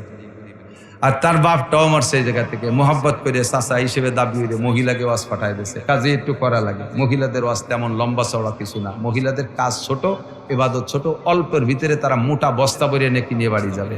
আল্লাহ তাআলা তাদের তৌফিক দান করে বলেন আমিন। পুরুষের বহুত হিসাব, ইনকামের দায়িত্ব পুরুষের, সমাজ সামাজিকতার দায়িত্ব পুরুষের, ওয়াজ নসিহত করা পুরুষের দায়িত্ব, হাট বাজার করা পুরুষের দায়িত্ব, মেম্বারি চেয়ারম্যানি পুরুষের দায়িত্ব, রাজনীতি করা পুরুষের দায়িত্ব, বাহিরের হাজার হাজার লক্ষ ঝামেলা পুরুষের। পুরুষের শুধু ইনকাম ট্যাক্স দিতে যায়, এই তার দফা সারা হয়ে যাবে হাসরের মাঠে। মিনাই রাখতাসাবা ফিমা আনফাকা, কোত্থেকে কামাই করেছো, কোথায় খরচ করেছো, একটু জবাব দিয়ে যাও। মহিলাদের মাত্র অল্প কয়েকটা কথার ভিতরে তাদের জান্নাত। হুজুর বলেন আল মারাতু ইযা সাল্লাত খামসাহা, বহুবার শুনেছেন। হাদিস পড়ার সাথে সাথে আলেম তালবে আলিমদের পরাণ বেরিয়ে গেছে, কয়ে তো তাই কবে না, চলো যাই আমরা চলে যাই। একজন দুজন আটা দেওয়ার সাথে সাথে বাকিরা উঠে আটা দেবে, এই জন্য চুপ করে একটু বসতে হবে। তবে একই পুকুরের ভিতরে জাল বছর ভরে খেয়ালিও শেষ খেলতিও মাছ দুই একটা বাজিয়ে যায় না। লাস্টে 34 মাসে যে আটু পানি তা শেষে ফেলার এত বড় বড় 10টা বাজিয়ে গেছে। তো যেই হাদিস আর যেই কোরআন এতদিন জানেন, বহুজনের কাছে শুনছেন, হতে পারে আজকে শেষ খেলতে নতুন কিছু বাজিয়ে যেতে পারে। এই জন্যই নড়াচড়া হতে হয় না, শুনতে হয় শেষ পর্যন্ত। আল খাতেমা বিল খায়ের, শেষ ভালো যার সব ভালো তার। হুজুর বলেন আল মারআতু ইযা সাল্লাত খামসাহা, মহিলারা যদি 5 ওয়াক্ত নামাজ পড়ে, একেবারে মাত্র 4টি ওয়াজ। কয়টা ওয়াজ? মহিলাদের 4টি ওয়াজ। আল মারআতু ইযা সাল্লাত খামসা, 5 ওয়াক্ত নামাজ। তাহলে তাদের জন্য জান্নাতের 2টা দরজা খোলা, কন্যা সুবহানাল্লাহ। তাহলে মহিলারা 5 ওয়াক্ত নামাজ পড়ে বেহেশতের 2টি দরজা খুলে নেবে, বেটারা পড়লে পাবে না? পাবে তো পাবে। বিটাকে পুরুষদের সম্পর্কে হুজুর না বলে হাদিসটা মহিলাদের কথা কেন বললেন? মহিলারা নামাজে ডিলে রোজায় পাকা। যদি বলা হয় যে এক রোজা 3 দিন পর্যন্ত রাখতে হবে, এর মধ্যে সেহরি ইফতারি নাই, পুরুষটা শুনে ভয়তে স্টক করে মরে যাবে। ওরে বাবা, আমার দ্বারা সম্ভব না। মহিলারা ঠিক আছে, রেডি। কতবার মহিলারা স্বামীর সাথে শাশুড়ির সাথে রাগারাগি বাদে 4 দিন পর্যন্ত না খাইয়ে রয়েছে। সেই মহিলা 3 দিনের রোজায় কি হবে? সারা বছর ভরে নফল রোজা কুড়তি তালে থাকে। হুজুর সবে মিরাজ কবে, সবে বরাত কবে, সবে বতর কবে, এ রোজা কবে, সে রোজা কবে। আবার এই করতে করতে যখন রমজান এসে যায়, রমজানের 4 রাহার পরে মাসিকের নাপাক শুরু হয়ে গেছে। 3 দিন মাসিক বন্ধ হয়ে গেছে। 3 দিনের পরে, 3 দিন পরে যাইয়া আরো 3-4 দিন রোজা থাকে না। যদি কেউ জিজ্ঞেস করে তুমি রোজা থাও না কেন, শরীর খারাপ। কয়দিন? 3 দিন। তুই দিয়ে 6-7 দিন রোজা থাইস নি। রোজা থাকবো কি? সাবান নাই, সুটা নাই। তার মানে সাবান দিয়ে সেহরি খাবে, সুটাই দিয়ে ইফতার করবে, তা নাই। সাবান সুটা দিয়ে কি এতে আছে? ওই 3 দিনের সাথে ঢেলতে ঢেলতে আরো 3 দিন মারিয়ে দিয়ে ছাড়িয়ে দেয়, অথচ সারা বছর নফল রোজা রাখছে। ভালো করে মনে রাখবেন, 1 লক্ষ বছরে যদি আপনি হায়াত পান আর 1 লক্ষ বছর যদি নফল রোজা রাখেন, রমজানের একটা ফরজ রোজার সমান হবে না। এজন্য হুজুর বলেন আল মারআতু ইযা সাল্লাত খামসাহা ওয়া সামাত শাহরাহা, ওয়াক্ত মতো নামাজটা পড়ো। মহিলারা 90% মহিলা একদিক দিয়ে এত অলস, সংসারে সব কাম কাজ করে, দিন বইরে করে। 20 মণ ধান উড়ইছে, বলইছে, সিদ্ধ করছে, শুকনো করছে। যখন নামাজে যায় সেই সময় আতাগাতা ছাড়ি দেয়, বল থাকে না, যে বসে বসে নামাজ পড়ে। মহিলারা বসে নামাজ পড়ার গুরু। আবার নামাজ পড়ে সালাম ফিরে উঠে জামাকুলো নিয়ে উঠোনে নেমে পড়ে। হুজুর এই জন্যই কইছে নামাজটা বিটিরা একটু ঠিক মতো পড়ো। জোহর রে, আসর রে, মাগরিবে 3-4 ওয়াক্ত গুছাই নিয়ে ঈশার সময় শুরু হচ্ছে, 2 ওয়াক্ত ভর্তি মাইয়া এসে দুধ খাওয়া শুরু হচ্ছে, কাইতে শুয়ে ঘুমাই গেছে। ডেলি 2 ওয়াক্ত কাতারি থাই যাচ্ছে। হুজুর এই জন্যই কইছে আল মারআতু ইযা সাল্লাত খামসা। এবার পুরুষরা ইমামের পিছনে, খেয়াল করেন, পুরুষরা নামাজে কিরাত ভুল হইলে নামাজ বাতিল। তো পুরুষরা ইমামের পিছনে পড়লে ইমামের গাড়ে বোঝা উঠাই দিয়ে আমরা কিরাতের দায় সেরে গেলাম। কিন্তু মহিলারা মসজিদে যাবে না, মহিলারা মসজিদে নামাজ পড়তে যাবে না। ওক্তিও নামাজও না, জুমুও না, তারাবিও না, কোনো নামাজ পড়তে মহিলারা মসজিদে যাবে না। কড়া নিষেধ, মহিলারা মসজিদে নামাজ পড়তে যাবে না। ঈদের নামাজ নাই, জানাজার নামাজ নাই, জুমুর নামাজ নাই মহিলাদের। কয় যে মক্কা মদিনায় দেখি আসলাম, মক্কা মদিনায় তোমার বাংলাদেশ, মক্কা মদিনায় একসাথে তওয়াফ করে হাজার হাজার মহিলার পুরুষের হজবরল মাহাই গেছে, মিশিয়ে গেছে, ঠাসাঠাসি করে তওয়াফ করে। একটা সুন্দরী মহিলাকে সাথে যুবকদের কত ঠাসাঠাসি, একটা পুরুষেরও মন খারাপ হয় না, একটা মহিলারও মন খারাপ হয় না। আর তোমার বাংলাদেশে রাতের বেলা যদি কি বলে 200 গজ দূরে বাগানের ভিতরে মসজিদ, ঈশার নামাজ পড়তে বিটিরা গেলি ও ফিরে আসবে, গাঁজা খাওয়া শিয়েলে ধরে রেখে দেবে না ভাততে। মসজিদে ছাদের পর বসে জেনা হয়, ঈদগার মেহরাবের মধ্যে জেনা। এ বিচার আমি কতটা করছি তার ঠিক নাই। আর তুমি সেই দেশে বিটিকে মসজিদে জুমো ভর্তি ঘটাচ্ছ। মহিলারা মসজিদে, তাহলে মসজিদে না গেলে কিরাত যে মহিলাদের ভুল এইটা সারবে কি দিয়ে? তাহলে যার যার কিরাত তার পড়া লাগবে। এই জন্য আগে যে ভুল করছেন, এখন থেকে মেয়েদেরকে মহিলা মাদ্রাসায় বাধ্যতামূলক পড়াবেন। কমপক্ষে নুরানি শিক্ষাটা মেয়েদেরকে দিয়েই দেবেন। নুরানি শিক্ষা মেয়েদের লাগবে। নুরানি 3 বছর পড়লে ওদের হাতের লেখা, সেদিন এই যে মৌলানার মাদ্রাসায় দেখছিলাম, আমি মানে পাগল হয়ে গেছি ওদের হাতের লেখার দিকে। এত ফার্স্ট ক্লাস ইংরেজি, আরবি, বাংলা প্রত্যেকটা নুরানি মাদ্রাসায় আল্লাহর রহমতে এরকম সুন্দর। এই মেয়েটা, এই ছেলেটা শুরু থেকে ওখান থেকে নুরানি থেকে 3 বছর পড়লে ওর সাথে IABL আরও বাংলা ইংরেজিতে লিখে পারবে না, ওই মেয়েটার সাথে পারবে না কেউ। কাজেই মেয়েরা ওখান থেকে কোরআন শরীফ পড়া শিক্ষা দেন। মেয়েদেরকে মহিলা মাদ্রাসায় পড়ান। ঠকবেন না, ঠকবেন না, ঠকবেন না। কলেজে পড়াইয়া, বিশ্ববিদ্যালয়ে পড়াইয়া 35 বছর বয়স হয়ে গেছে, মাইয়ের নাম কোসি। 35 বছরেও কোসি। ভর্তি হবে কবে? হ্যাঁ, শেষমেশ যাইয়া শরীর টরীর ভেঙে গেছে, ও কেউ খায় না, বিয়ে শাদী হয় না। আল্লাহর রহমতে মহিলা মাদ্রাসার মেয়েগুলো 5-6 বছরের মওলানা হয়ে ফারে ঘর সাথে সাথে দমাদম বিয়ে হয়ে যাচ্ছে। এই বেলায় তেতু বাসা যায় কমপক্ষে, পাশাপাশি কোরআন শরীফ পড়া শুদ্ধ হয়, একটা আদর্শ মা গড়ে। এই জন্য মহিলারা মার আতুইজা সাল্লাত কমসাহা, ভালো করে নামাজ পড়বেন। 2 নম্বরে সামাত শাহরাহা, রমজানের রোজা রাখবেন। ওয়া আতাত বালাহা, স্বামীর বৈধ খেদমত যত আছে, যত বৈধ খেদমত আছে, অবৈধ খেদমত করতে কইলে কোনো অবস্থায় মানবেন না। অবৈধ খেদমত কি, এটা আপনাকে সবগুলো মাহফিলের মধ্যে বলা যায় না। বহু অবৈধ খেদমত আছে। এই অবৈধ খেদমতগুলো আপনার কুরআন হাদিস থেকে পড়ে শিখতে হবে। অবৈধ খেদমত, স্বামী যদি বলে যে তোমার নামে ব্যারাকের থেকে টাকা উঠাই দাও, আমি ব্যবসা করব, এইটা অবৈধ খেদমত, কখনো করবেন না। এই অবৈধ খেদমত, স্বামীর নামে স্বামীর জন্য ব্যারাক অ্যাডভান্স করে সমিতি থেকে টাকা উঠাই দিলে কবিরা গুনাহ হবে। এটা বিশাল গুনাহ। সুদের গুনার আলোচনা আজকে করলাম না, খুব সাবধান। স্বামী যদি বলে আমার দোস্ত বন্ধুরা আসতেছে ঈদের দিন, তুমি ওদেরকে ডাইনিং টেবিলে তুমি একটু খানা পরিবেশন করবা, তখন তুমি মাথায় গায়ে কাপড় রাখতে পারিবা না। সুন্দর করে টেডি করে বলে দিল, আমার বন্ধুকে সামনে যদি তুমি বোরকা পরে যাও, তাহলে আমার সামনে তাদের বউ বোরকা পরে আসবে। আমি যদি তাদের বউকে এক নজর দেখে আসতে না পারি, তাহলে আমার রুহানি হক আদায় হয় না। সাড়ে শয়তান দাতাল আবাল, তোমার হক, চোখের হক আদায় করতে যাইয়ে তোমার বন্ধুকে এনে বসাই দিছো, বউরে গায়ে মাথায় কাপড় নেই খাদেমে লাগাই দিছো খেদমত করতে। এই হুকুম মানা যাবে না। মহিলারা এই হুকুম মানবেন না। আমার বন্ধুদের সাথে যাও, তুমি একটু কক্সবাজার কুয়াকাটা শিক্ষা সফর করে আসো, এই হুকুম মানা যাবে না। ছোট ভাইদের পাঠাই দিছে, আমি তো ব্যস্ত রয়েছি কাজ কামে ঝামেলা, তুমি বাপের বাড়ি যাবা, যাও আমার ছোট ভাইরে নিয়ে যাও। ছোট ভাই মানে তো নাবালেগ না, ছোট ভাই তো কলেজে পড়ে, 22 বছর বয়স। ছোট বাইরে দিয়ে বাবি দিয়ে ফাটাই দিছো, বাবিরে। এই হুকুম যদি আপনার স্ত্রী স্বামী আপনারে করে, আপনি এই হুকুম মানা ফরজ না। আপনি আপনার দেওরের সাথে যাবেন না, আপনি আপনার দেওরের সাথে যাবেন না, অ্যাক্সিডেন্ট হয়ে যাবে। খুব সাবধান। ওয়া আতাত বালাহা, বৈধ কাজের হুকুম যদি পালন করেন লাভ কি, এদিক খেয়াল করেন। কোন মহিলা স্বামীকে যদি তার অর্ডার ফলো করে, হুকুম বৈধ হুকুম মানে, হাত্তা লুকমাতে ফিহে, এক লুকমা খানাও যদি স্ত্রীতে স্বামীর মুখে তুলে দেয়, আল্লাহ তাআলা সঙ্গে সঙ্গে মহিলার আমল নামায় 7 ভরি স্বর্ণ দান করার সব লিখে দেয়। স্বামীর গায়ে একটু বাতাস দিয়ে দেয়, স্বামী কষ্ট করে এসে ঘরে বসছে, এখন তো বাতাসের দিন শেষ, তাল পাখা তো শেষ হয়ে গেছে, লাগে না, ফ্যানের সুইচটা অন করে দিচ্ছে, স্বামী খুশি হয়ে গেছে, 7 ভরি স্বর্ণ দান করার সব। তাই বলে পুষ মাসে শীতের সময় এসে বইছে আর ফ্যানটা অন করে দিলেন, এ সময় হলো ল্যাব গায়ে দিয়ে দিতে হবে।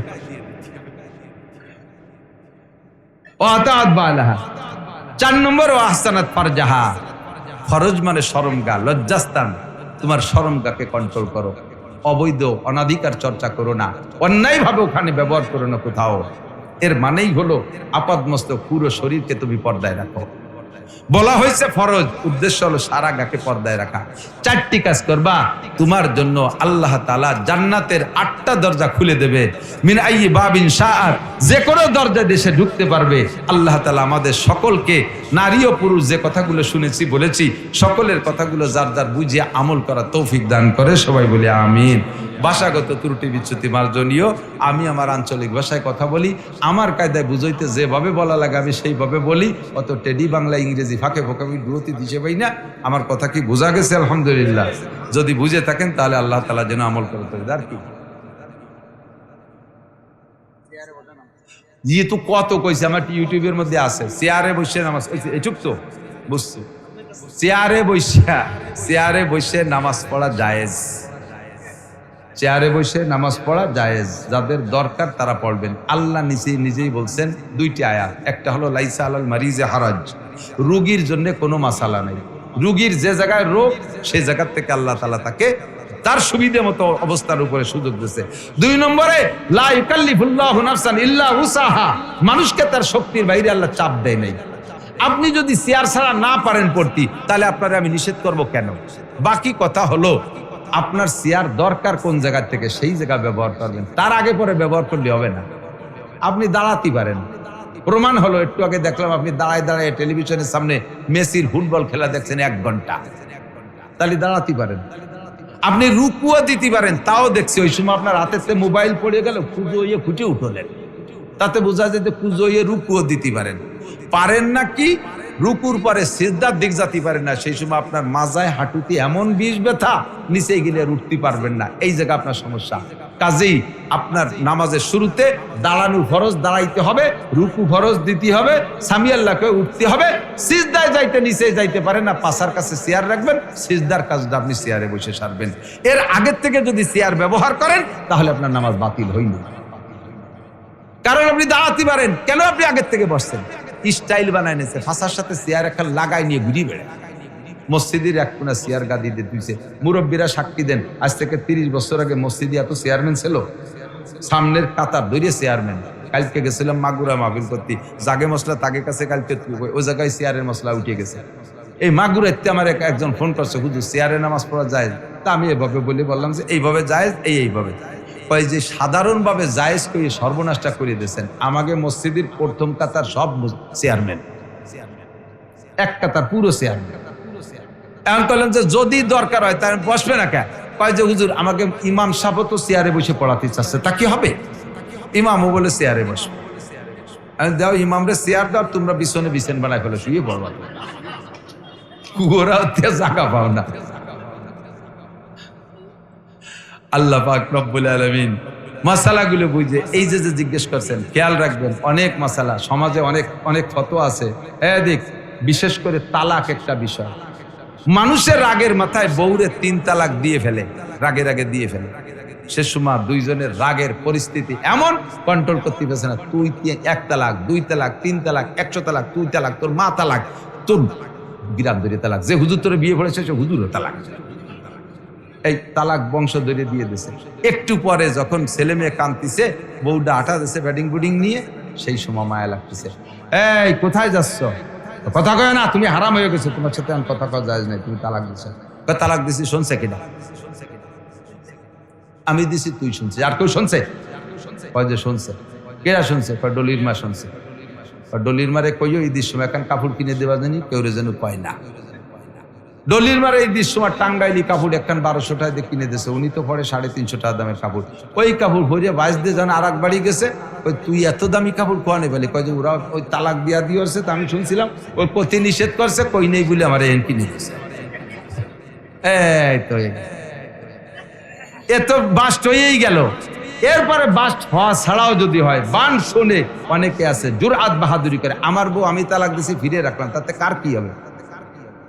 আর রাগে তালাক দিছি, হুজুর কইছে রাগের সময় তালাক দিলি তালাক হয় না, রাগের সময় তালাক দিলি তালাক হয় না, আর খুশির সময় তালাক দিলে না, তালাক হবে কবে? বউরে কেউ খুশির সময় তালাক দেয়? বউ নিয়ে আনন্দ করছেন, রাত্রে বহু কিছু আমল টমল হয়ে গেছে, শেষ রাত্রে গলা জড়াই ধরে মুহিদুরে চুমই দিয়ে বললেন তোমারে অনেক ভালোবাসি বিদায় 3টে তালাক দিলাম। একেও কয়? তালাক তো ওইভাবেই দেয়, এদিকে খুশির সময় দিলে না, ওর ওদিকে সময় রাগের সময় হলো না, তাই তালাক হবে কবে? শয়তানিয়তের জায়গা পাও না। তালাক দিলি তালাক হয়েই গেছে। তবে খেয়াল রাখেন, তালাক দেবে পুরুষে আর গর্ভধারণ করবে মহিলারা। গর্ভধারণের দায়িত্ব কার? কাজ দুটো ভাগ কাজ, খেয়াল করেন, বোঝেন, আবার বোঝেন। গর্ভধারণ করতে হবে না বাচ্চা, মহিলা দুর্বল অসুস্থ পাইরে উঠতেছে না, এই জন্য স্বামীটি গর্ভধারণ করবে, এটা হয় না? হয় নাকি? বউ যত দুর্বল হোক আর স্বামী যত শক্তিশালী হোক, গর্ভধারণ করতে হবে, বাচ্চা পেটে নেওয়ার দায়িত্ব মহিলাদের। সেম, স্বামী যত খারাপ হোক আর ভালো হোক, তালাকের দায়িত্ব পুরুষের। মহিলা জীবনও তালাক দিলে তালাক হয় না। পুরুষে যেমন গর্ভধারণ করতে চালি, গর্ভধারণ করা হয় না, নারীরাও তালাক দিতে চাইলে তালাক হয় না, ওই তালাকের কোনো ভ্যালু নাই। হ্যাঁ, মহিলা তালাক লেখছে, বিয়ের সময় একটা ঘর থাকে, এই এই এই এই অন্যায় যদি করে তাহলে স্বামী স্ত্রীতে তাকে কি বলা হয়, এই ইস্তেফা দিয়ে চলে যেতে পারে, আপনি ইস্তেফা দিয়ে চলে যেতে পারে। এ জায়গাও বেশ বিষয়টা শোনেন, এরকম তালাকের তাফবিজ।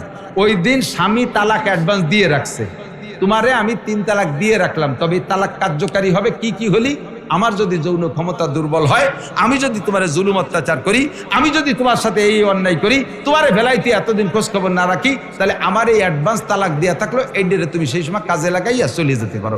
এ তালাকটাও কিন্তু পুরুষের পক্ষ থেকে দেওয়া, সর্ষের সাথে ঝুলানো। কোন কোন মহিলা আছে স্বামীর সাথে ইচ্ছাকৃত ভাবে আরেকজন পুরুষের সাথে প্রেম হয়েছে, ভালোবাসা হয়েছে, এই স্বামীটারে লাইক করতেছে না, এখন বাদ দিয়ে থুয়ে যাওয়ার জন্য আজে বাজে অজুহাত কতগুলো বানাইয়া আমার কাছে যৌতুক চাইছে, আমারে মারধর করছে, ইত্যাদি ইত্যাদি বানাই সানাই কইয়া সেই ঘরগুলোরে পূরণ করে ইস্তেফাটা লিখে দিয়ে এটি চলে যায়। এই সমস্ত তালাক তালাক না। ভালো করে মুরব্বীরা সেখানে তাহকিক করতে হবে।